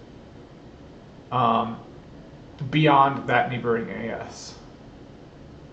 Because reachable through is kind of implied. Like, how could it forward it to a destination beyond itself that is not reachable from itself? Yeah. I mean, for the most part, I found RFCs pretty easy to read, but this is kind of confusing. Intending that the traffic take a different route to that taken by the traffic originating in the neighboring AS for that same destination. On the other hand, BGP can support any policy conforming to the destination-based forwarding paradigm. Bgp-4 provides a new set of mechanisms for supporting classless inter-domain routing, CIDR, RFC 1518, RFC 1519. These mechanisms include support for advertising a set of destinations as an IP prefix and eliminating the concept of a network class within BGP. IPv4 also introduces mechanisms that allow aggregation of routes, including aggregation of AS paths. This document uses the term autonomous system, AS, throughout. The classic definition of an AS autonomous system is a set of routers under a single technical administration using an interior gateway protocol, IGP, and common metrics to determine how to route packets within the AS, and using an inter-AS routing protocol to determine how to route packets to other ASs. Since this classic definition was developed, it has become common for a single AS to use several IGPs and sometimes several sets of metrics within an AS.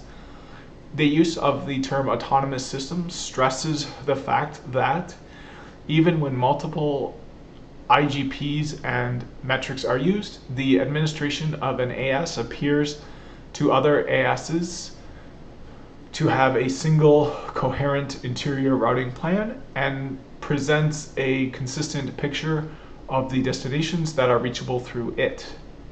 BGP uses TCP RFC 793 as its transport protocol. I'm curious if this is a standards track or a draft. It's got to be a standards track.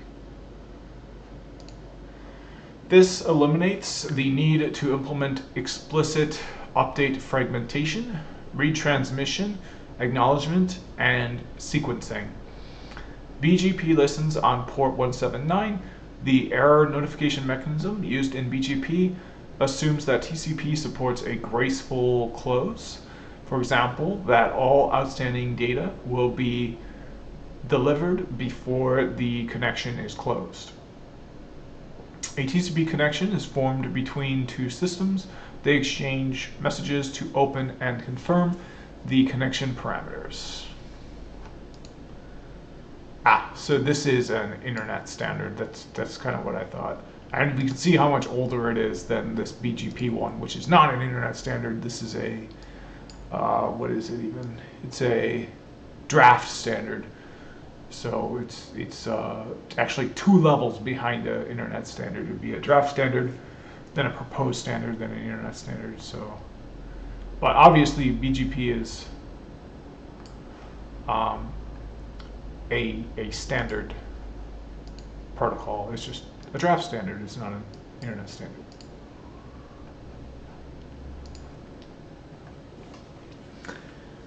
The initial data flow is the portion of the BGP routing table that is allowed by the export policy.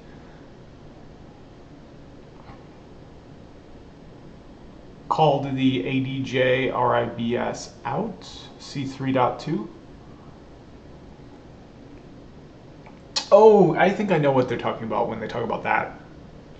So BGP is a little bit different than other protocols, routing protocols. BGP does not exchange any information by default. When you set up a connection in BGP, as we can see, I have set up here, so we can see my keep alive messages. So if we look inside these keep alive messages, we don't have any routes. There's nothing like in here, this keep alive message, you know, we've got a marker, we've got a length, and we've got a type, but we don't have any actual routing information. And you might think, oh, well, you know, that's because there's no information to exchange. Well, let's set up a loopback address. So set 0.0 family inet address. So we'll do 100.100.100/32. Set first 0.0 at address 200/32. Now, if this were a regular, if this were an IGP, interior gateway protocol, we would see, after I added that to the interfaces, assuming that the interfaces were configured to be included in that protocol, we would see that being sent out in the next update. But you can see here we're on message 221.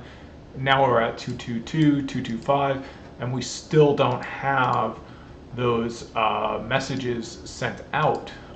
We're still only getting keep alive, and we're still not having anything exchanged in these keep alives that even remotely looks like a IPv4 address. So that's because BGP requires that you actually physically put the routes into the protocol. As I said, BGP doesn't know what IP is, an IP protocol is. It doesn't know what IPv4 is. It doesn't know what IPv6 is. It only knows network layer reachability information. It treats it as data. So you've got to tell BGP what to send, what kind of data to send.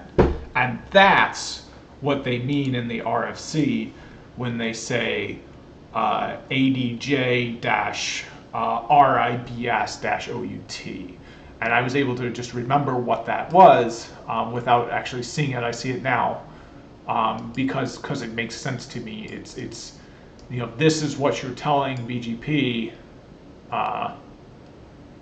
to send out. Incremental updates are sent as the routing tables change. BGP does not require a periodic refresh of the routing table to allow local policy changes to have the correct effect without resetting any BGP connections. A BGP speaker should, which is a keyword in RFC language,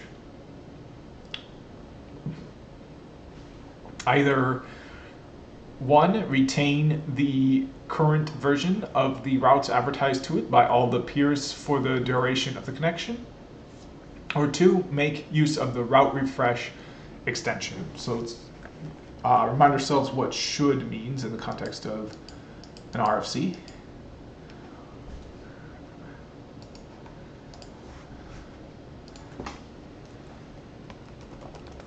So should, this word or the adjective recommended, mean that there may exist valid reasons in particular circumstances to ignore a particular item, but the full implications must be understood and carefully weighed before choosing a different course.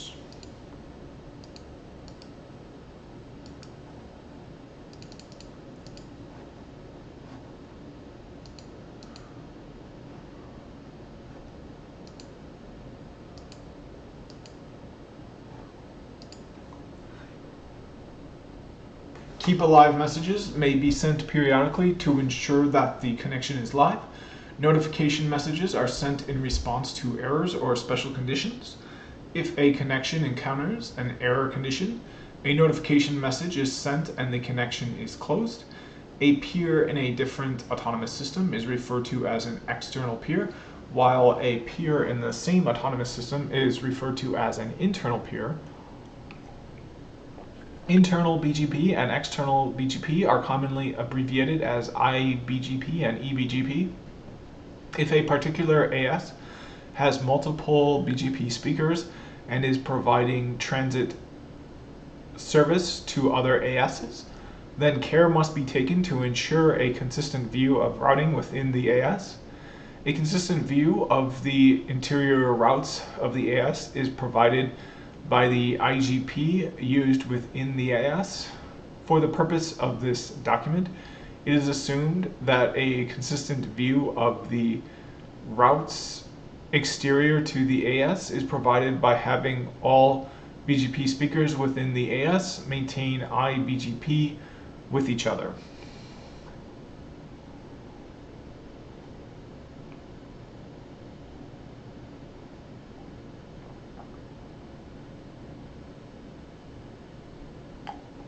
This document specifies the base behavior of the BGP protocol.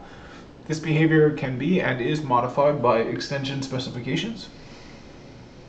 When the protocol is extended, the new behavior is fully documented in the extension specifications. Okay, so before we go on to the next one, I'm going to finish the thought I had before about why those aren't showing up here.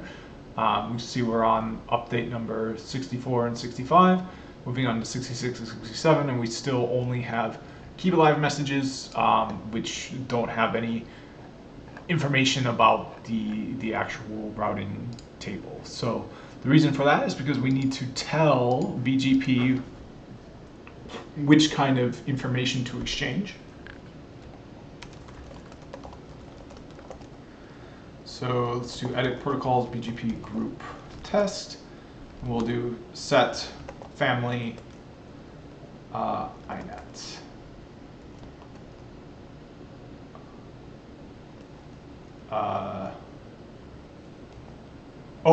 So this is for MP BGP, multi-protocol BGP. Yeah, I don't think this is enough actually. I think it needs an actual.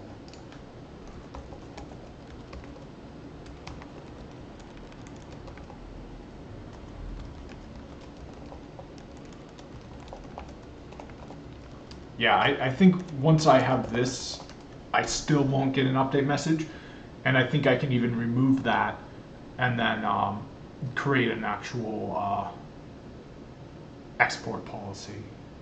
Yeah, so I still don't have an update message. So that's a red herring. That's for multi-protocol BGP. You would need, if you wanted to send different kinds of traffic, you would need to do that, but I'm just sending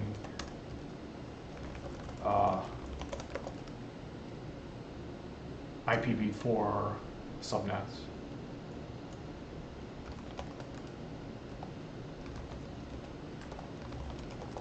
So you can send VPN, MVPN, L2 VPN, different kinds of traffic, EVPN, INET 6,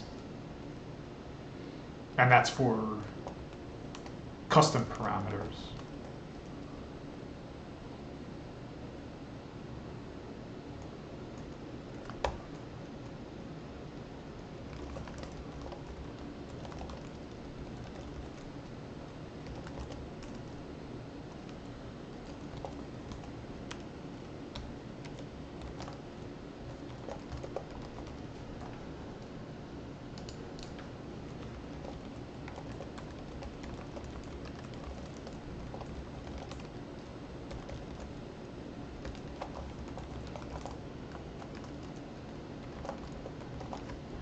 Okay, so I'm gonna show, I remember how to do this because I needed to do this for the test.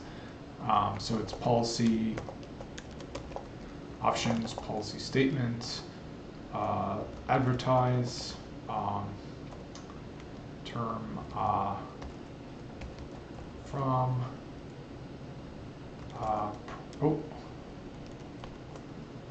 term from set from protocol direct, so directly connected route we're going to send. Or let's actually send, no, yeah, direct. Okay, and then term,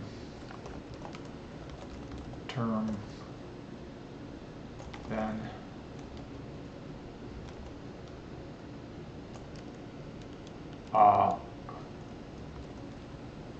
okay, so we're going to accept it if it's directly connected.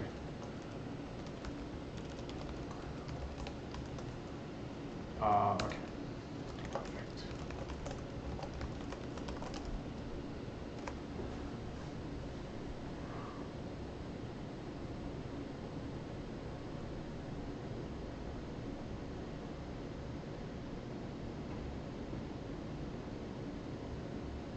Huh.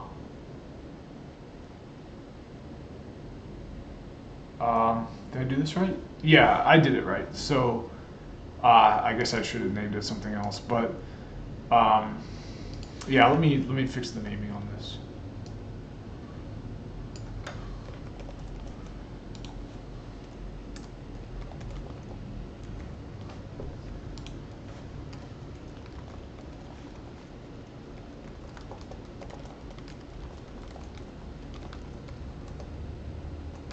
Okay. And then set protocols.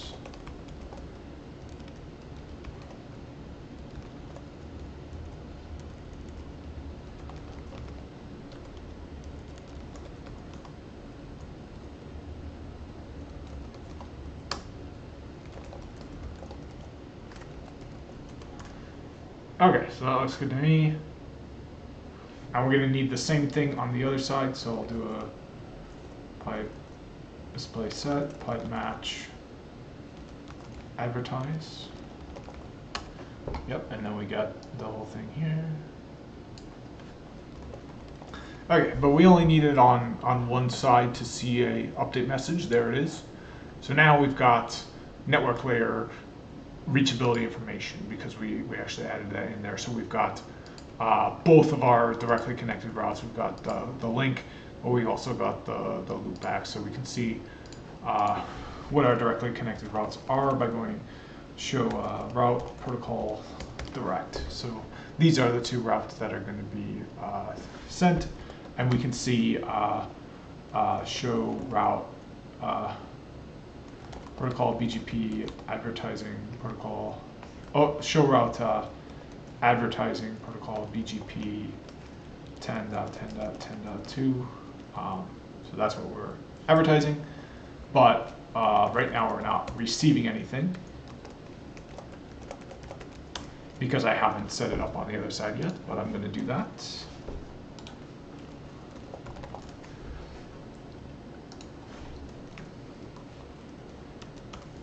And there we go. Now we're receiving stuff, and we're advertising as well.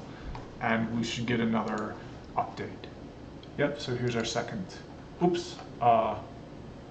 Yeah, here's our second update message. The first one was right here. So yep, now we got the 200. So we can see how that works. It's quite a bit different than IGPs. It only sends information if you tell it to. It only sends the information that you tell it to send.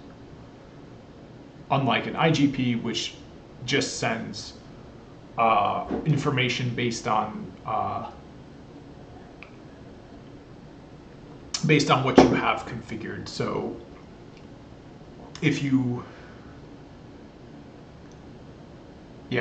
tell a IGP like OSPF or ISIS to include an interface, you can't, for example, say only include the primary address on this interface and not the secondary. On BGP, you can do that by creating a routing policy that advertises specific routes. You don't have to have it just be a blanket all direct. You can have it be more specific than that.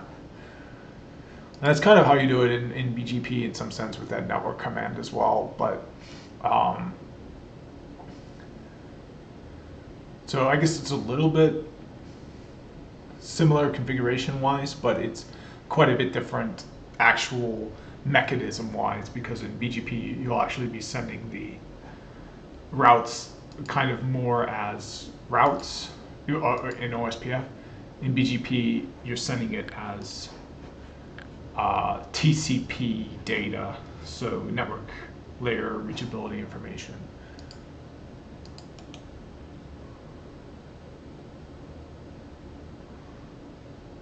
Oh, I closed Wireshark. I wanted to look at that one more time before going back to the RFC.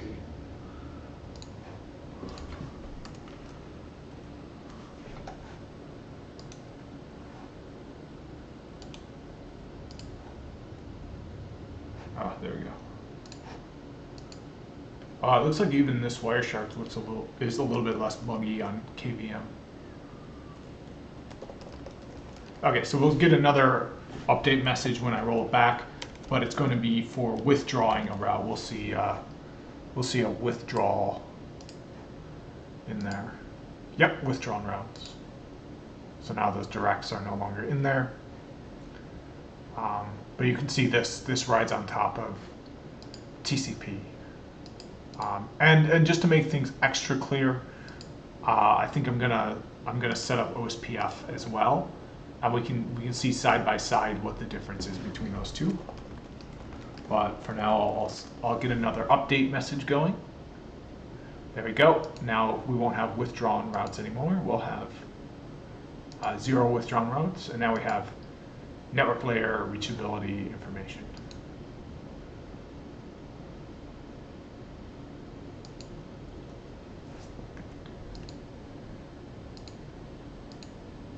We also have path attributes, which are the origin, AS path, next hop, and local preference. Okay, so I'm kind of getting off track here, but I do want to set up protocols OSPF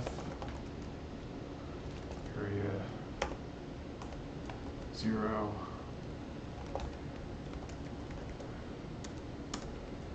Okay, I think that's all I need for OSPF.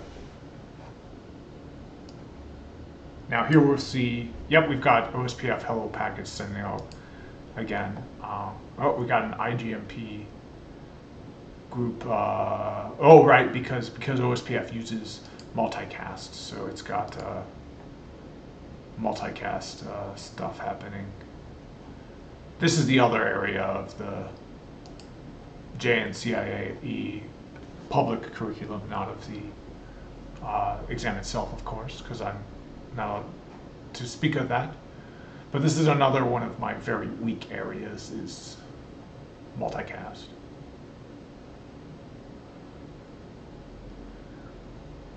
Okay. Yeah, there's like an oil and stuff, like I'm still like confused. But yeah, now we've got our hello packets going, and you can see we've got actual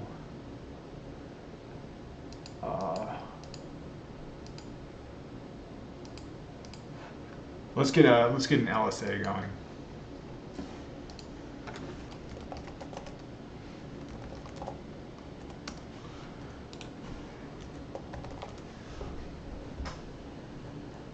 Okay, so now we've got actual link state packets.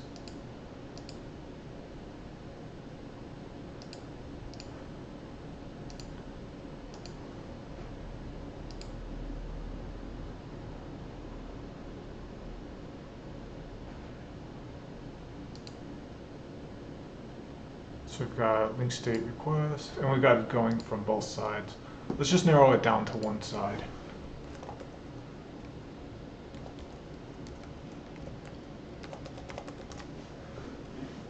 Okay, so now we can see it's sending out hellos, and now it sends out a database. What we can do is just narrow it down to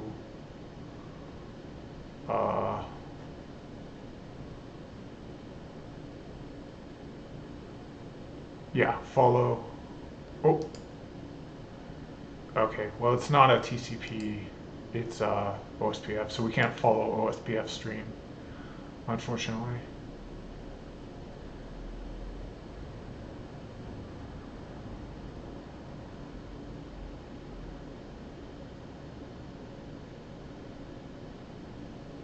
One thing I really like about Wireshark is the filtering, and you can. So I just knew this IP.source, but let's say you didn't know that. You can go through here and you can say, here's the IP source field right here. You can right-click on it and you can go apply it as filter. And then you can apply the thing you have selected, which is IP source, and you get the same thing. In addition to that, you can also apply everything but that. So it matches as long as it's not the IP source. So that's a quick way you can get for the other side of the conversation if you've only got two routers, as I do. But yeah, I gotta get used to doing it this way because this is a much better way to do it. In addition to apply, you can also do prepare instead, where it will get it ready but not actually apply it.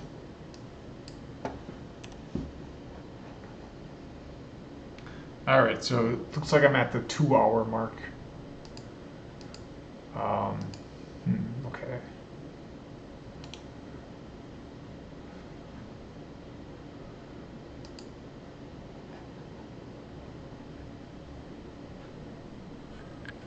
Oh, this is interesting. Okay, so this follows the... Oh, but that's an AND. So... I want to see... Yeah, let me go...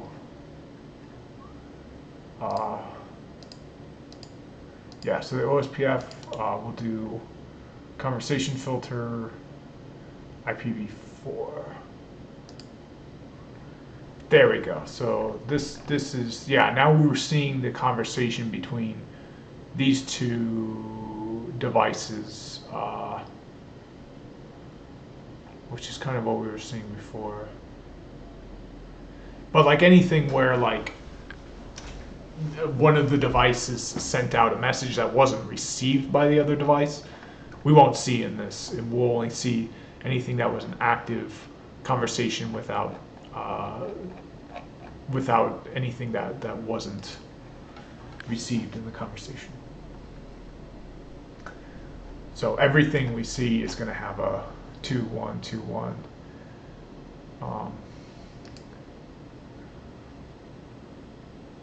It looks like here there's some that don't have a response. But that's just because that's the way the protocol works. It gets the request and then it keeps sending. Like sometimes in a conversation, it's not I respond, you respond, I respond, you respond. Sometimes the protocols have it so that I respond, you respond, you respond, I respond.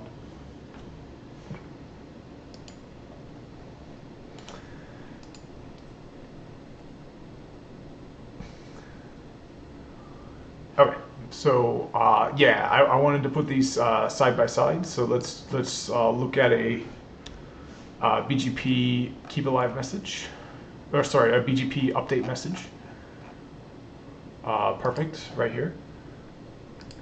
So type update message. So we're gonna prepare this selected as a filter.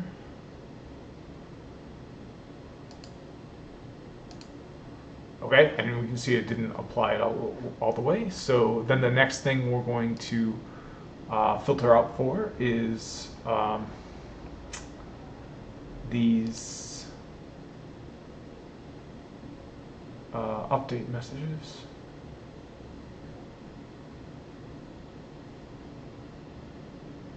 I think, unless I want the other ones, because I'm not exactly sure.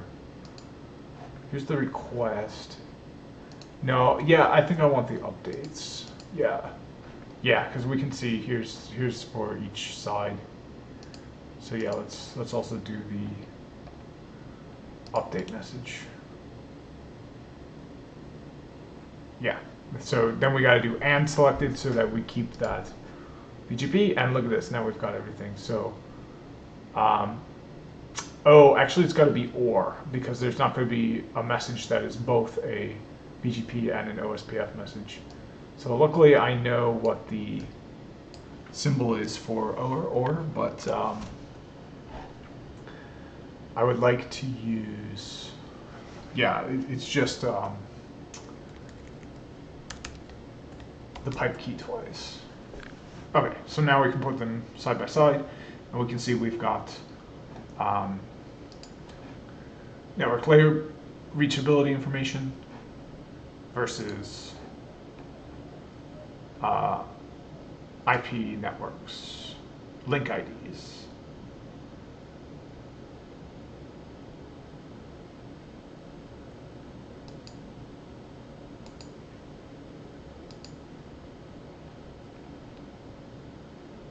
Yeah, so here it knows it's a IP network / subnet number. Here it only knows that it's a NLRI prefix with a prefix length. So it doesn't even have to be a prefix with 32 bits. It can be any number of bits, just as long as it has this length set. It doesn't have to even make sense as a IP address for it to be sent through the protocol, unlike something like OSPF.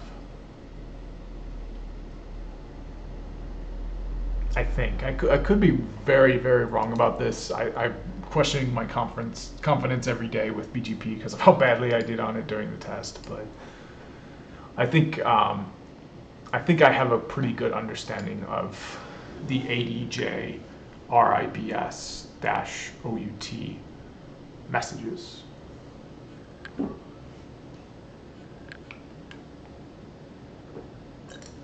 Okay, so this is routes, advertisement, and storage. For the purpose of this protocol, a route is defined as a unit of information that pairs a set of destinations with the attributes of a path to those destinations.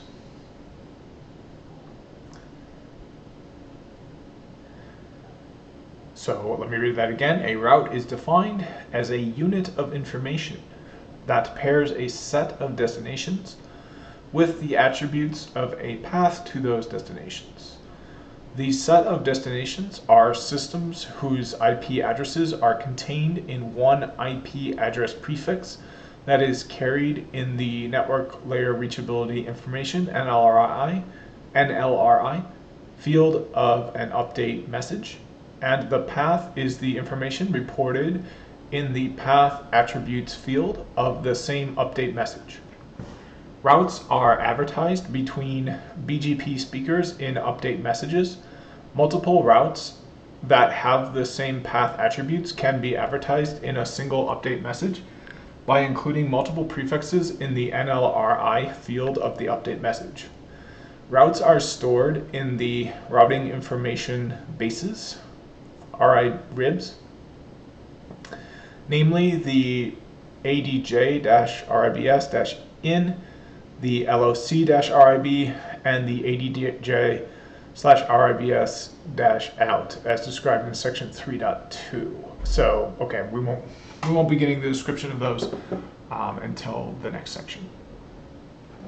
But I think I know what they mean. They're those export policies in some sense. If a BGP speaker chooses to advertise a previously received route, it may add to or modify the path attributes of the route before advertising it to appear. BGP provides mechanisms by which a BGP speaker can inform its peers that a previously advertised route is no longer available for use. there are three methods by which a given BGP speaker can indicate that a route has been withdrawn from service. The first method, method A, is the IP prefix that expresses the destination for a previously advertised route can be advertised in the withdrawn routes field in the update message, thus marking the associated route as being no longer available for use, and we saw that here in this first update. The second method by which a given BGP speaker can indicate that a route has been withdrawn from service is a replacement route with the same NLRI can be advertised.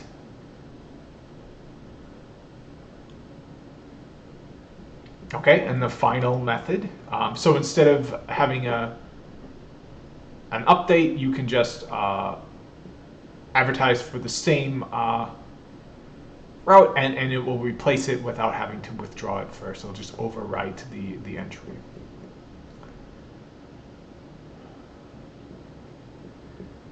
Okay, and I think we can see that. I can force that to happen by using the same NLRI. So let's try that. So I know how to, and I'm gonna get rid of OSPF on this just to make it more simple. So delete OSPF.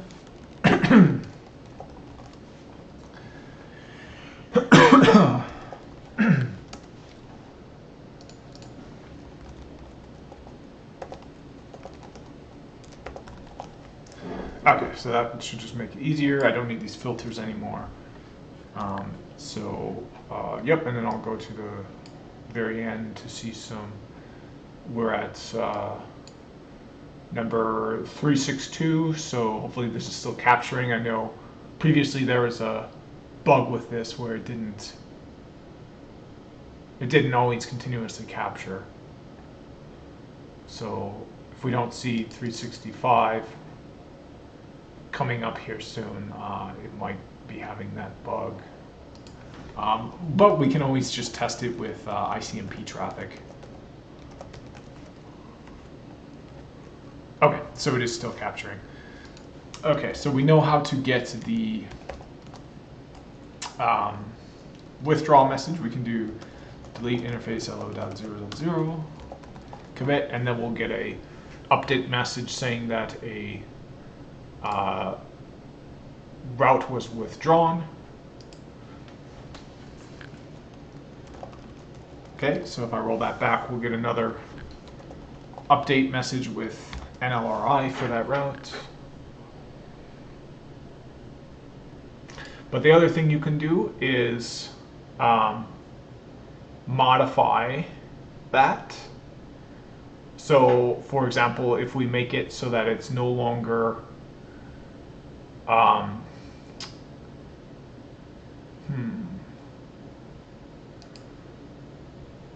like if we change so what if we change a local preference value on it?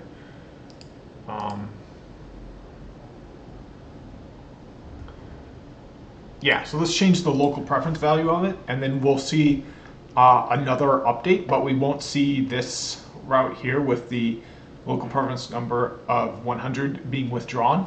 We'll just see another update, and we'll overwrite the local preference here. So let's do a show route protocol,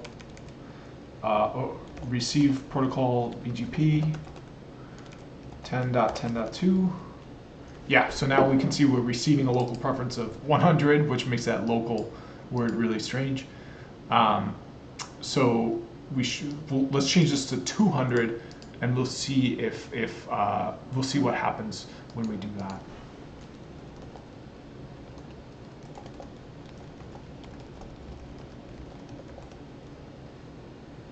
Okay, so everything in this group is going to have a local preference of 200 now. And there it is. It has a local preference of 200. We've got an update message, and sure enough, we've now got a update message that includes the same NLRI we had before, but now it just has a different local preference message. So that happened after this one, and we had no update message that that had withdrawn routes in it because we did not withdraw any routes. We simply overwrote the existing route information with a new local preference value. And if I roll that back, the same thing will happen. We'll overwrite the entry with local preference 200 back to 100, and we'll send out one update message that has that new value. We won't need a message that removes the route because we can overwrite the existing entry. And of course, that's quite a bit different than what I did before. Delete interface L0.0, where at this point it actually does require a message we see here to withdraw the route because the route is no longer being advertised. The interface it was formerly on has been deleted. Okay, so that's really nice and clear to me. Let's keep reading the RFC.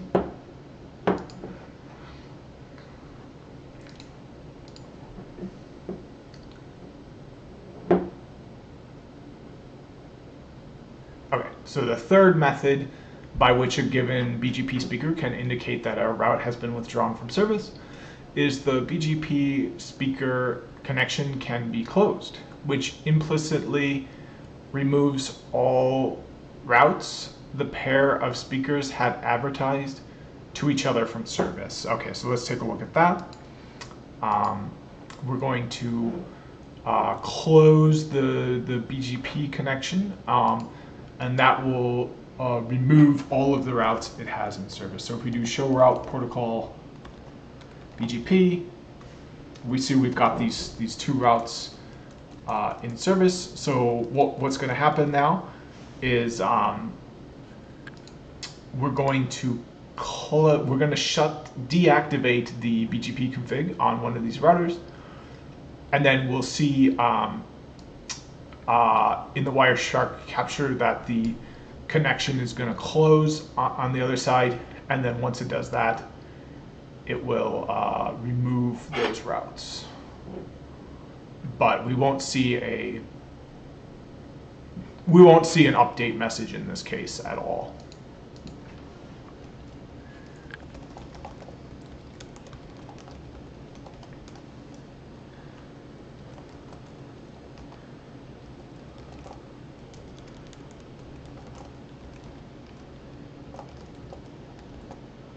Okay, so here's our keep alives are still going strong. Here's the last update we had. So if I hit a commit here, I don't think we'll see an update. Nope, we'll just see a four-way disconnect, FINAC ACK, FINAC ACK. We do get a notification message. That means that there's an error here. So we've got that cease code, but we don't have an update message because we're not making an update. We're losing the connection. But since we lost the connection, now we lose the routes as well.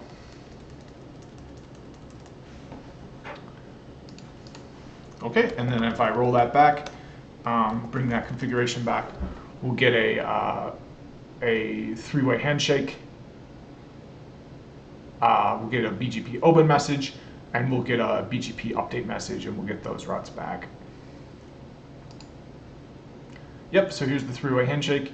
Here's the open message, and it does have a race condition where it sends it from both sides. We might see a cease message, I think. I guess I don't see one.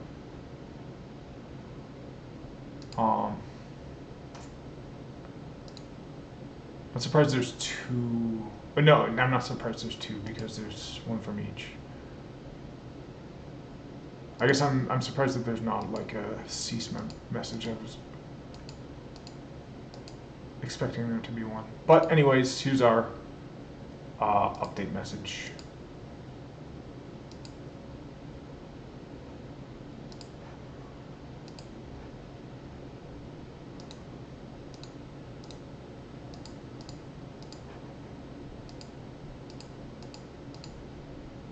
Okay, so yeah, let's go back to the RFC.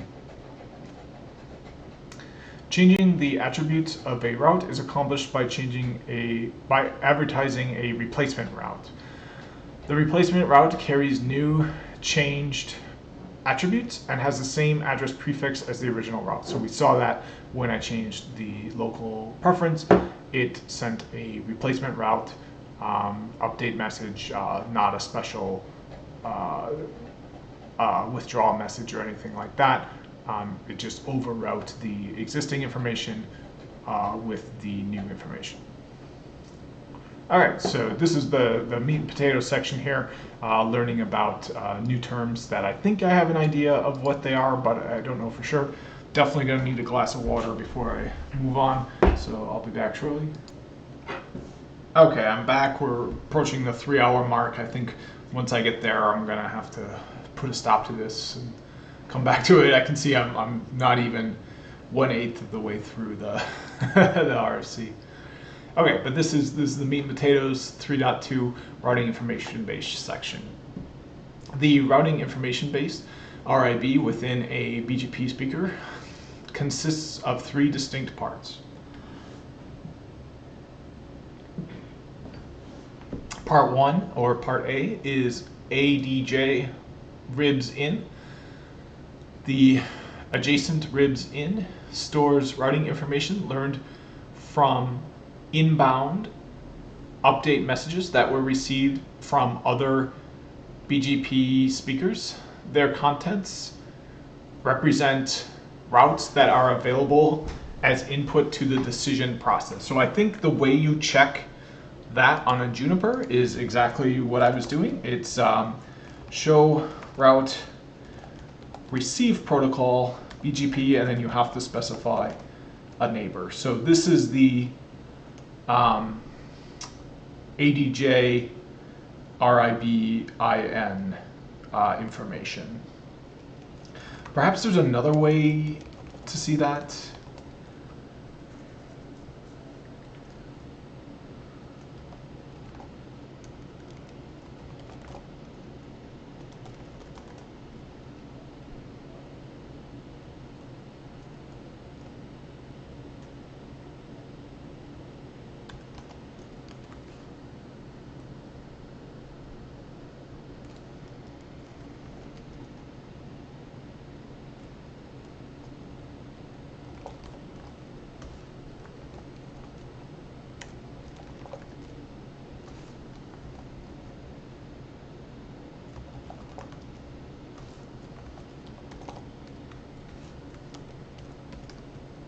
Oh.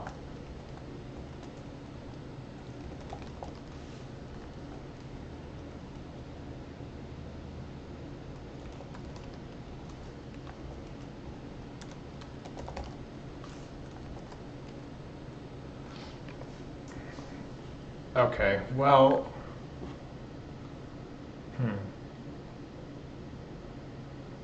okay, brief is just the same as, I don't understand why they even have that if that's the default, just leave this out. But I was thinking since this is in the RFC, that there might be a way to view that. Perhaps like there was a show BGP ADJ command, but I don't see anything like that. I think the way you do that is show route receive protocol BGP. I think this is the only way you can see that information. But this is what they're talking about. The ADJ RIB-IN stores routing information learned from inbound update messages that were received from other BGP peers. Their contents represent routes that are available as input to the decision process. Right here. So these are routes available as input to the decision process. the LOC RIB. The LOC RIB contains the local routing information. The BGP speaker selected by applying its local policies to the routing information contained in its 80J RIB IN here. These are the routes that will be used by the local BGP speaker. The next hop for each of these routes must be resolvable via the local BGP speaker's routing table. Okay, so yep, so here we've got next hop values. So one thing we can do to kind of drive this home is first of all, we can look at the routing table, show route protocol BGP, and we can see, sure enough, these made it in to the actual. They made it past this decision process, and they made it into the local BGP speaker's routing table here, and that's because the next hop for each of the routes were resolvable. These are actually directly connected. So if I do a show route, it resolves to this directly connected route here. So what I'd like to do is play around with this a little bit and have this information show up, but have this information be blank. So the way to do that is to make this next hop so that it's not resolvable, so that it receives it as 80J RIB in, but after it goes through the decision process to add it to local RIB, LOC RIB, it does not pass that decision process, and therefore it doesn't get added here, even though it's here. So I want to take a look at that. So let me make this clear. There we go. And there we go. So this is what it looks like when everything is fine. But if I change this next hop value so that it's not resolvable, we'll still see it here. But if I do a show route on the next hop, nothing will pop up. And when I do the show route protocol BGP, we won't see these routes here, even though we do see them up here.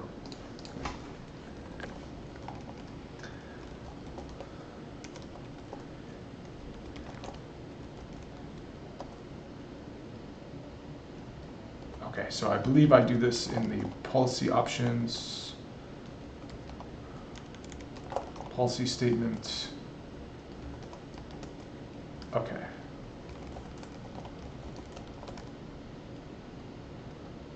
Okay, so let's do.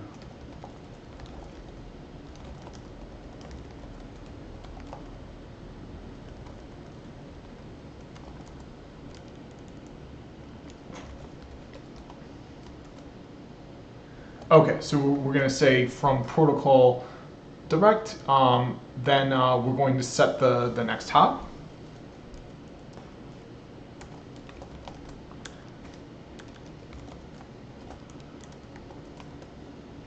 Okay, and we're going to set the next hop to something that won't resolve.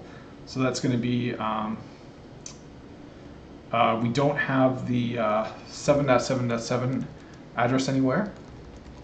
So if I come over here and I do a show route on that, you can see there is no route there, so it won't resolve. So let's go with that. We go up, set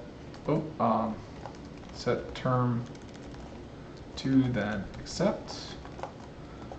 And before I do my commit, we'll take a look at the update message. I think we're going to have updates without withdrawals, because we're just going to be overriding these existing prefixes. We're not going to have to withdraw them. We're still going to have the same information. We're just changing an attribute. We're not changing the actual NLRI on it. So let's look at an existing update message. Here's one so we'll be changing a path attribute. We'll be changing the next hop path attribute. We won't be changing any NLRI, so we won't have to send a withdraw.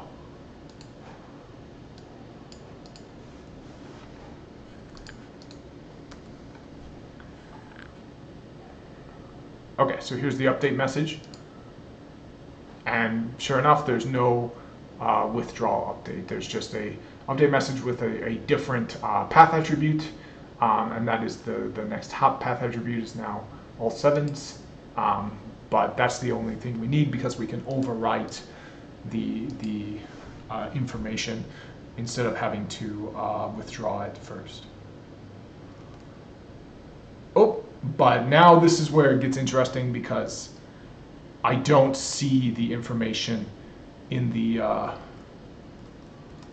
receive protocol anymore either. I thought that would persist in there and we would just see it with that next hop value, but then we wouldn't see it in here. But that's not how it works, unfortunately. Okay, so I think according to what I'm seeing in the RFC, that show route receive protocol command actually doesn't show you the ADJ RIB in information, routing information, because we can see that it was learned in an inbound update message. This is .2.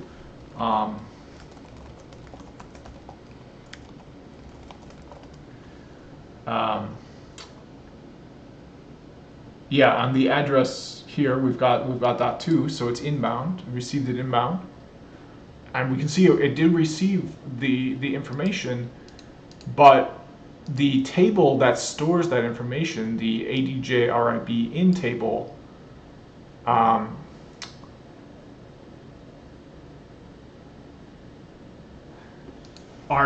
clearly not shown through this command because this command is showing that there is no information, even though we can clearly see that an update message was sent and was received. So we got to find that table because that's going to be really helpful.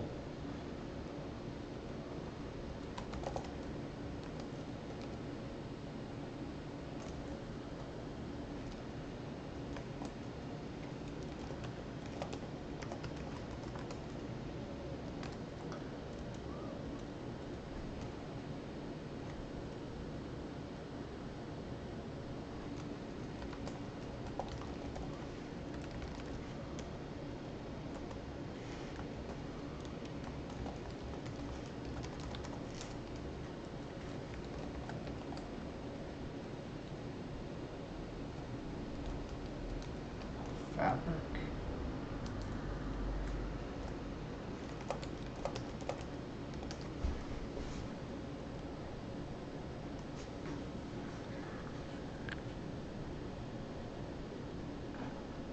Okay, so this isn't the table either. Let me see if I can find a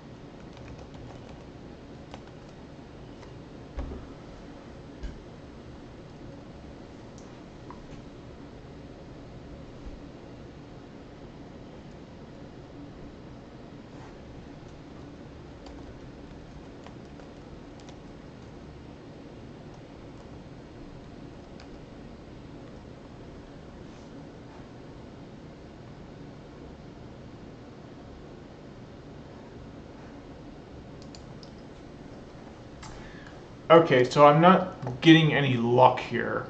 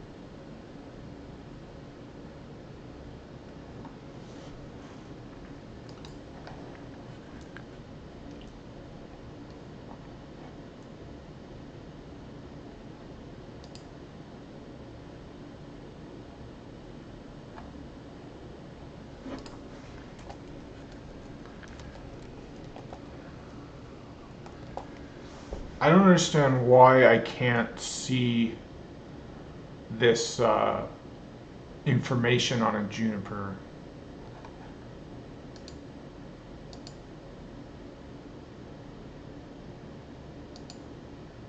Like, I thought that's what that was, one command was, but obviously...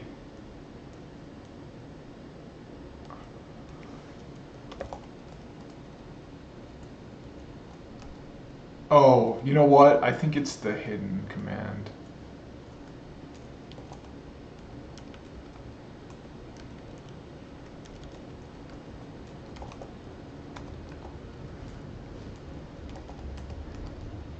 Oh. But now it's hidden. Huh. See, I was expecting it to show up here, like, maybe hidden, and then here just not at all, not even hidden, but it shows up hidden in both areas. So I kind of think that what I'm seeing when I do this information here is the LOC RIB. It's not actually the ADG RIB, and both of these commands show you the LOC RIB and not the ADG. And it doesn't work the way I thought it worked, which is where this command shows you the ADJ RIB IN, and this shows you the LOC RIB. I think they're both showing you the LOC RIB, which really sucks. I wish I could see the ADJ RIB. Can you see the ADJ RIB on a Juniper?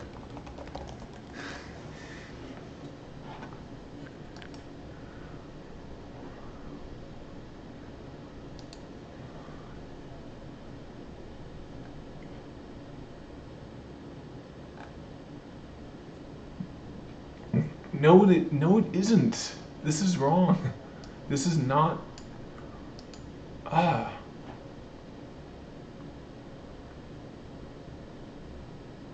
Yeah, see, but doesn't the after export follow?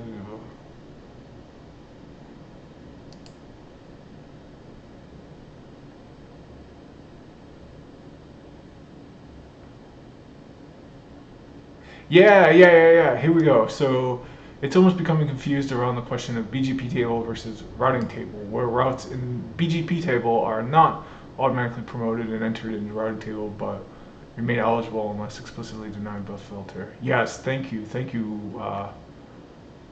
Anna Waz.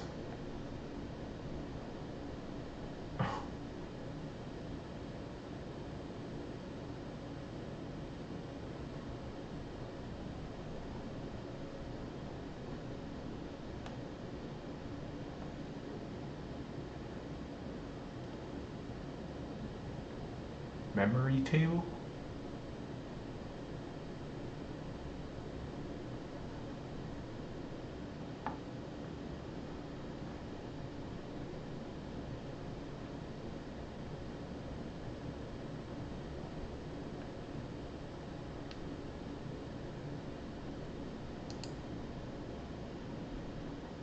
Can you check the memory tables?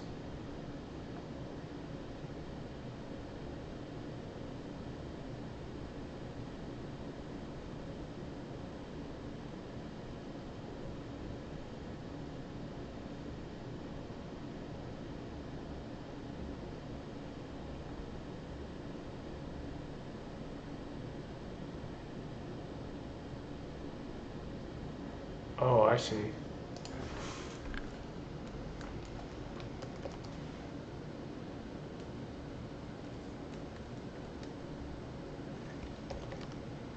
Yeah, it's really unclear because from the RFC, you would think that you'd have 3 sets of commands on a Juniper or any device. A command to see the routing information stored in the ADJ-RIBS-IN table, command to see the local routing information, which that would be like show route or something like that, and then another command to see the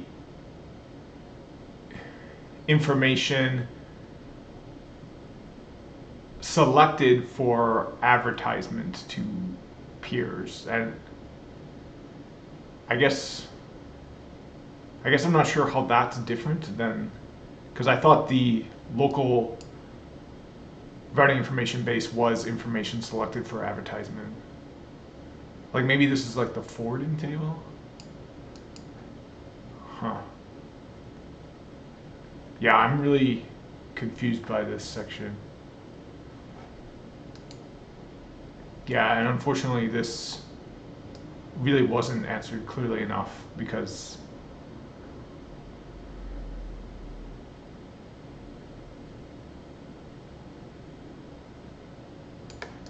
yeah. Like I would think it'd be like a show BGP something, but I don't see anything.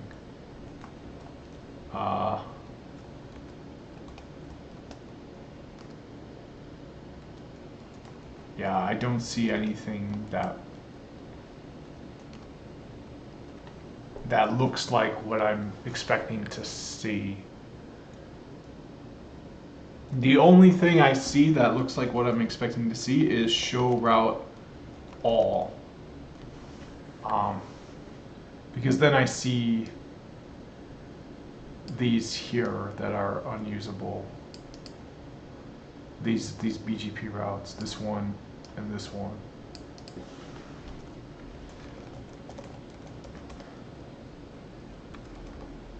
But I think you can use it kind of this way, as long as you remember the all or the hidden command. And I did, yeah. So I think this is basically the way to see that ADJ RIBS-IN information is by using this command, and then you might need to use hidden sometimes. But you are, I think, looking at the LOC RIB. In summary, the ADJ RIBs, I don't know if I read number C, but number C, or letter C, is the ADJ RIBs-OET. The adjacent ribs out stores information the local BGP speaker selected for advertisement to its peers. The routing information stored in the adjacent ribs out will be, assuming ADJ stands for adjacent, I don't know, will be carried in the local BGP speaker's update messages and advertised to its peers.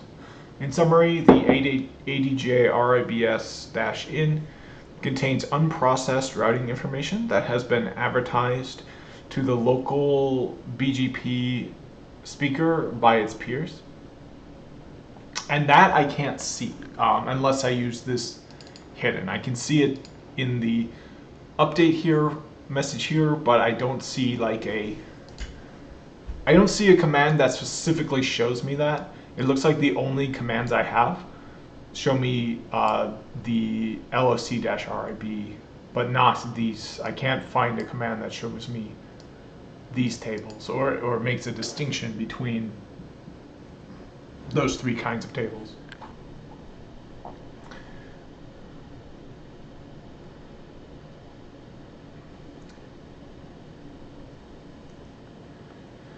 The LOC-RIB contains the routes that have been selected by the local BGP speaker's decision process, and the ADJ-RIBS-OUT organizes the routes for advertisement to specific peers by means of the local speaker's update messages.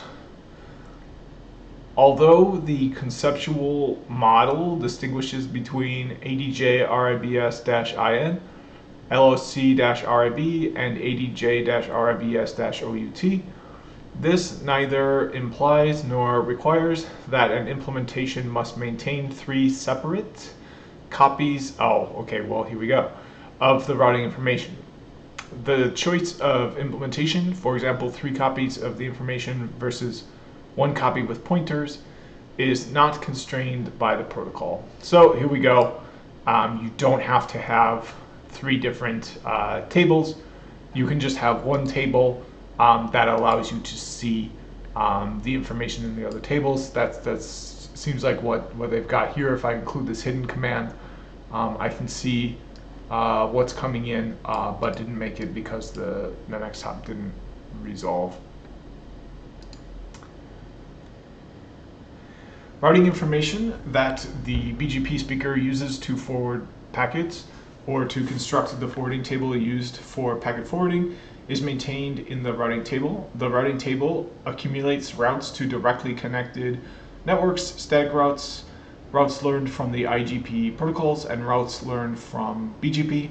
Whether a specific BGP route should be installed in, and this is just the regular word should, not the RFC term, in the routing table, and whether a BGP route should override a route to the same destination installed by another source is a local policy decision and is not specified in this document. In addition to actual packet forwarding, the routing table is used for resolution of the next hop addresses specified in BGP updates. Okay, so that makes sense. The distinction of the 3 kinds of information in BGP is simply for conceptual purposes, and it does not imply nor require an implementation that maintains the distinctions between those types of routes. So you only need 1 copy of routing information, but you can so you only need 1 copy of that routing information. You do have to have it is important for the user of the networking device to know if a route was rejected, though. But on a Juniper, you can see that with the hidden command. So although you're only checking 1 table, you're basically checking this ADJ-RIBS-IN table as well if you include the hidden. So you're not checking that table because that table does not exist here. You've only got 1 table, but you're checking what would be in that table if it exists, even though you're not checking that table. You're checking the Juniper routing table, not the ADJ-RIBS-IN routing table, which is not an actual real thing. It's just a concept from this RFC.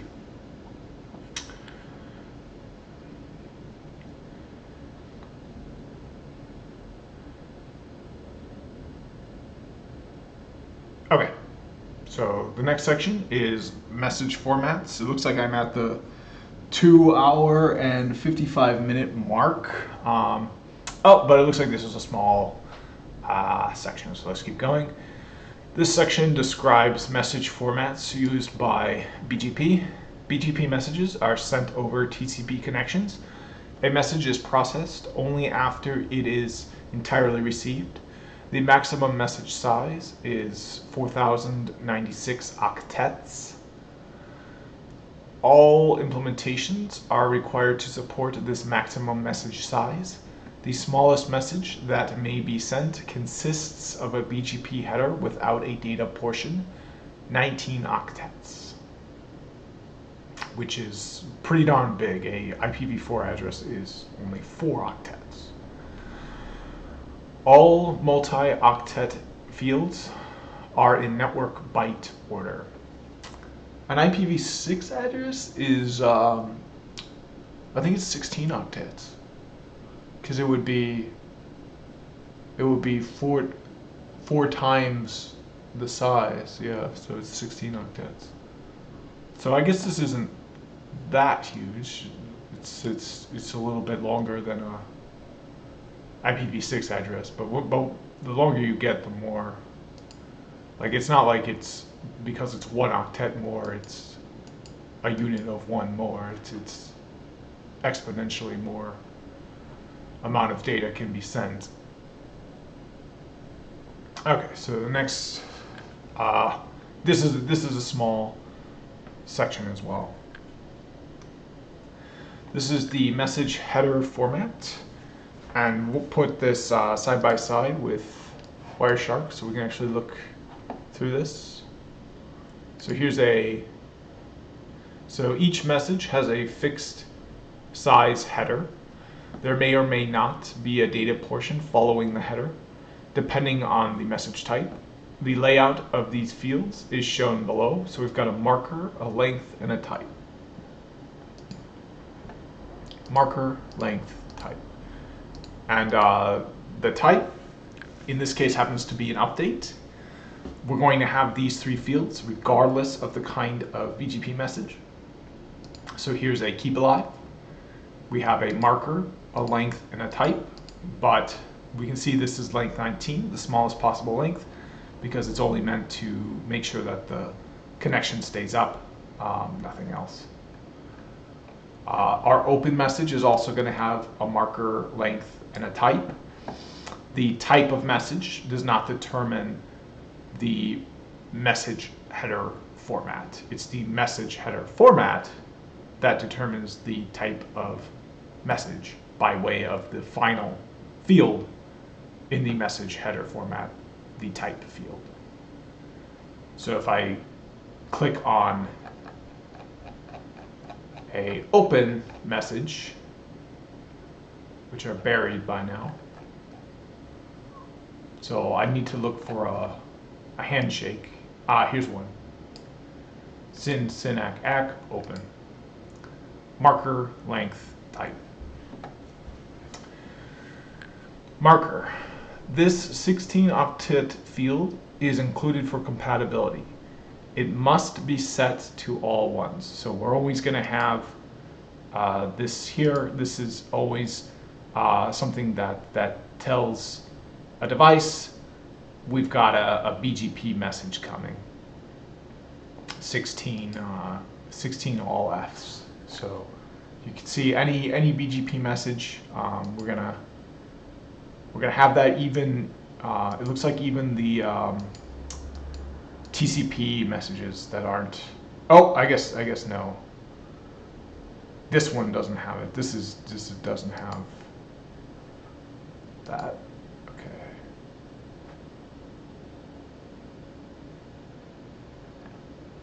Okay, but anything else will definitely have it. If it's got protocol BGP, and the protocol should be listed in the TCP.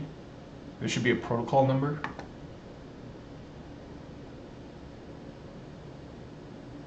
I don't see the protocol number.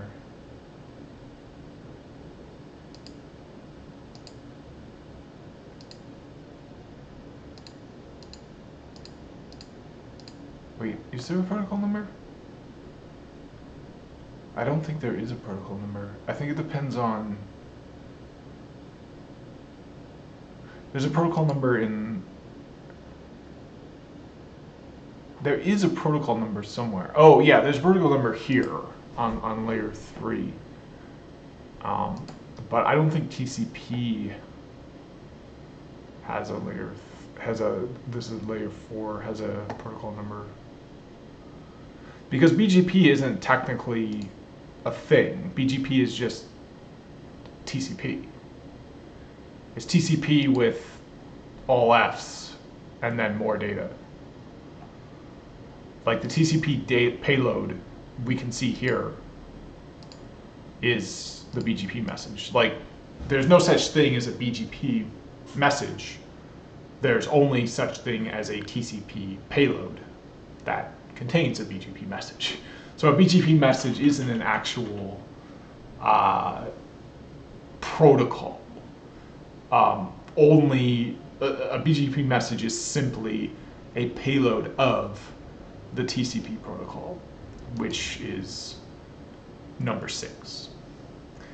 BGP does not have a protocol number because it is not really a protocol. It's just a payload of TCP, marked by all 16 Fs. If you see 16 Fs in a TCP payload, you've got a BGP message. Next you'll see the type, and next you'll see the length of the message, and then you'll see the type of the message.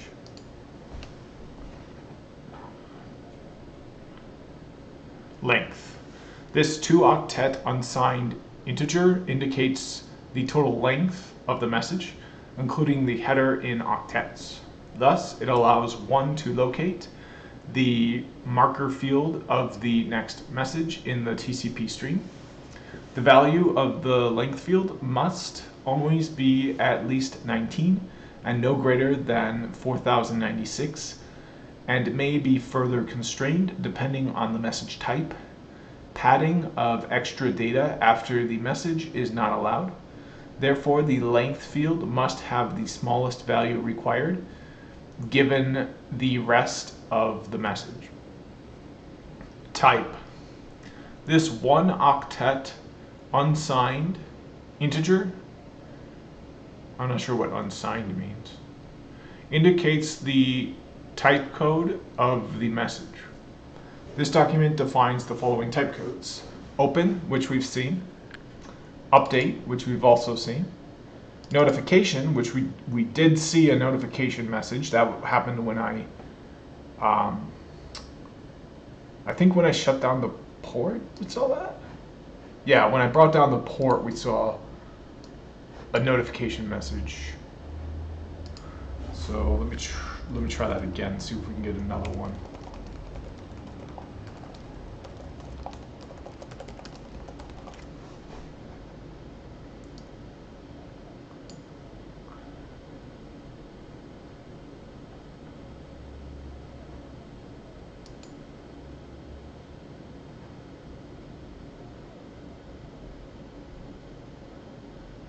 Oh, you know what? We're gonna get a withdrawal.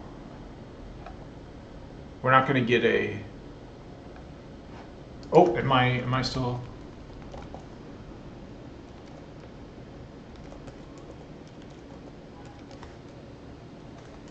Okay, I'm still capturing. Why is there no update? Oh. No, there is an update. I'm just not used to seeing it this way because I had that expanded.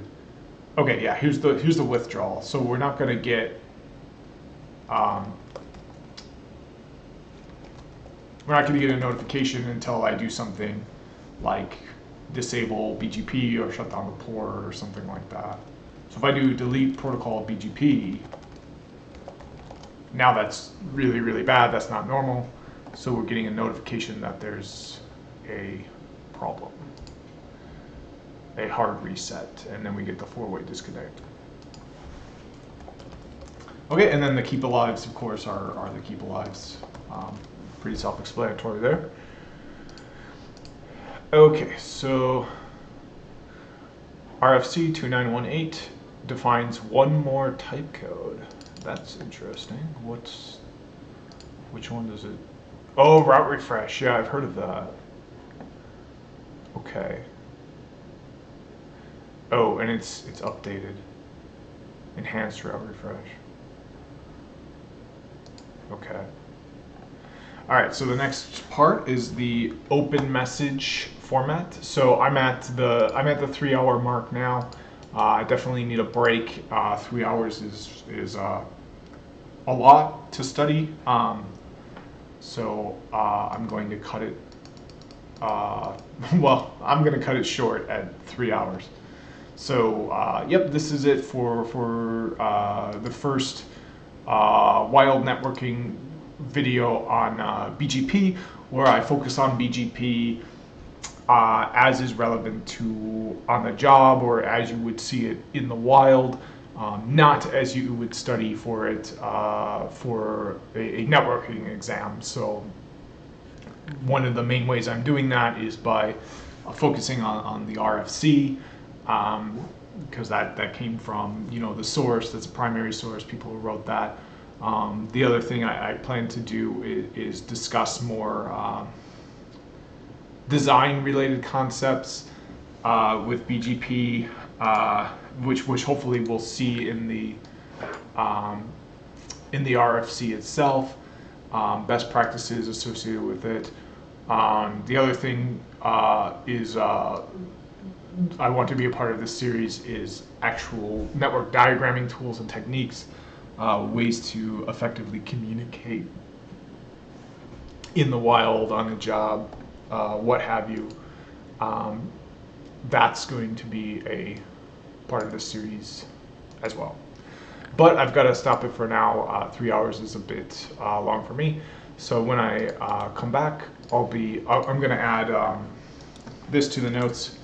And then when I come back tomorrow, I'll be starting here with the open message format. So thanks for watching, and I'll see you in the next one.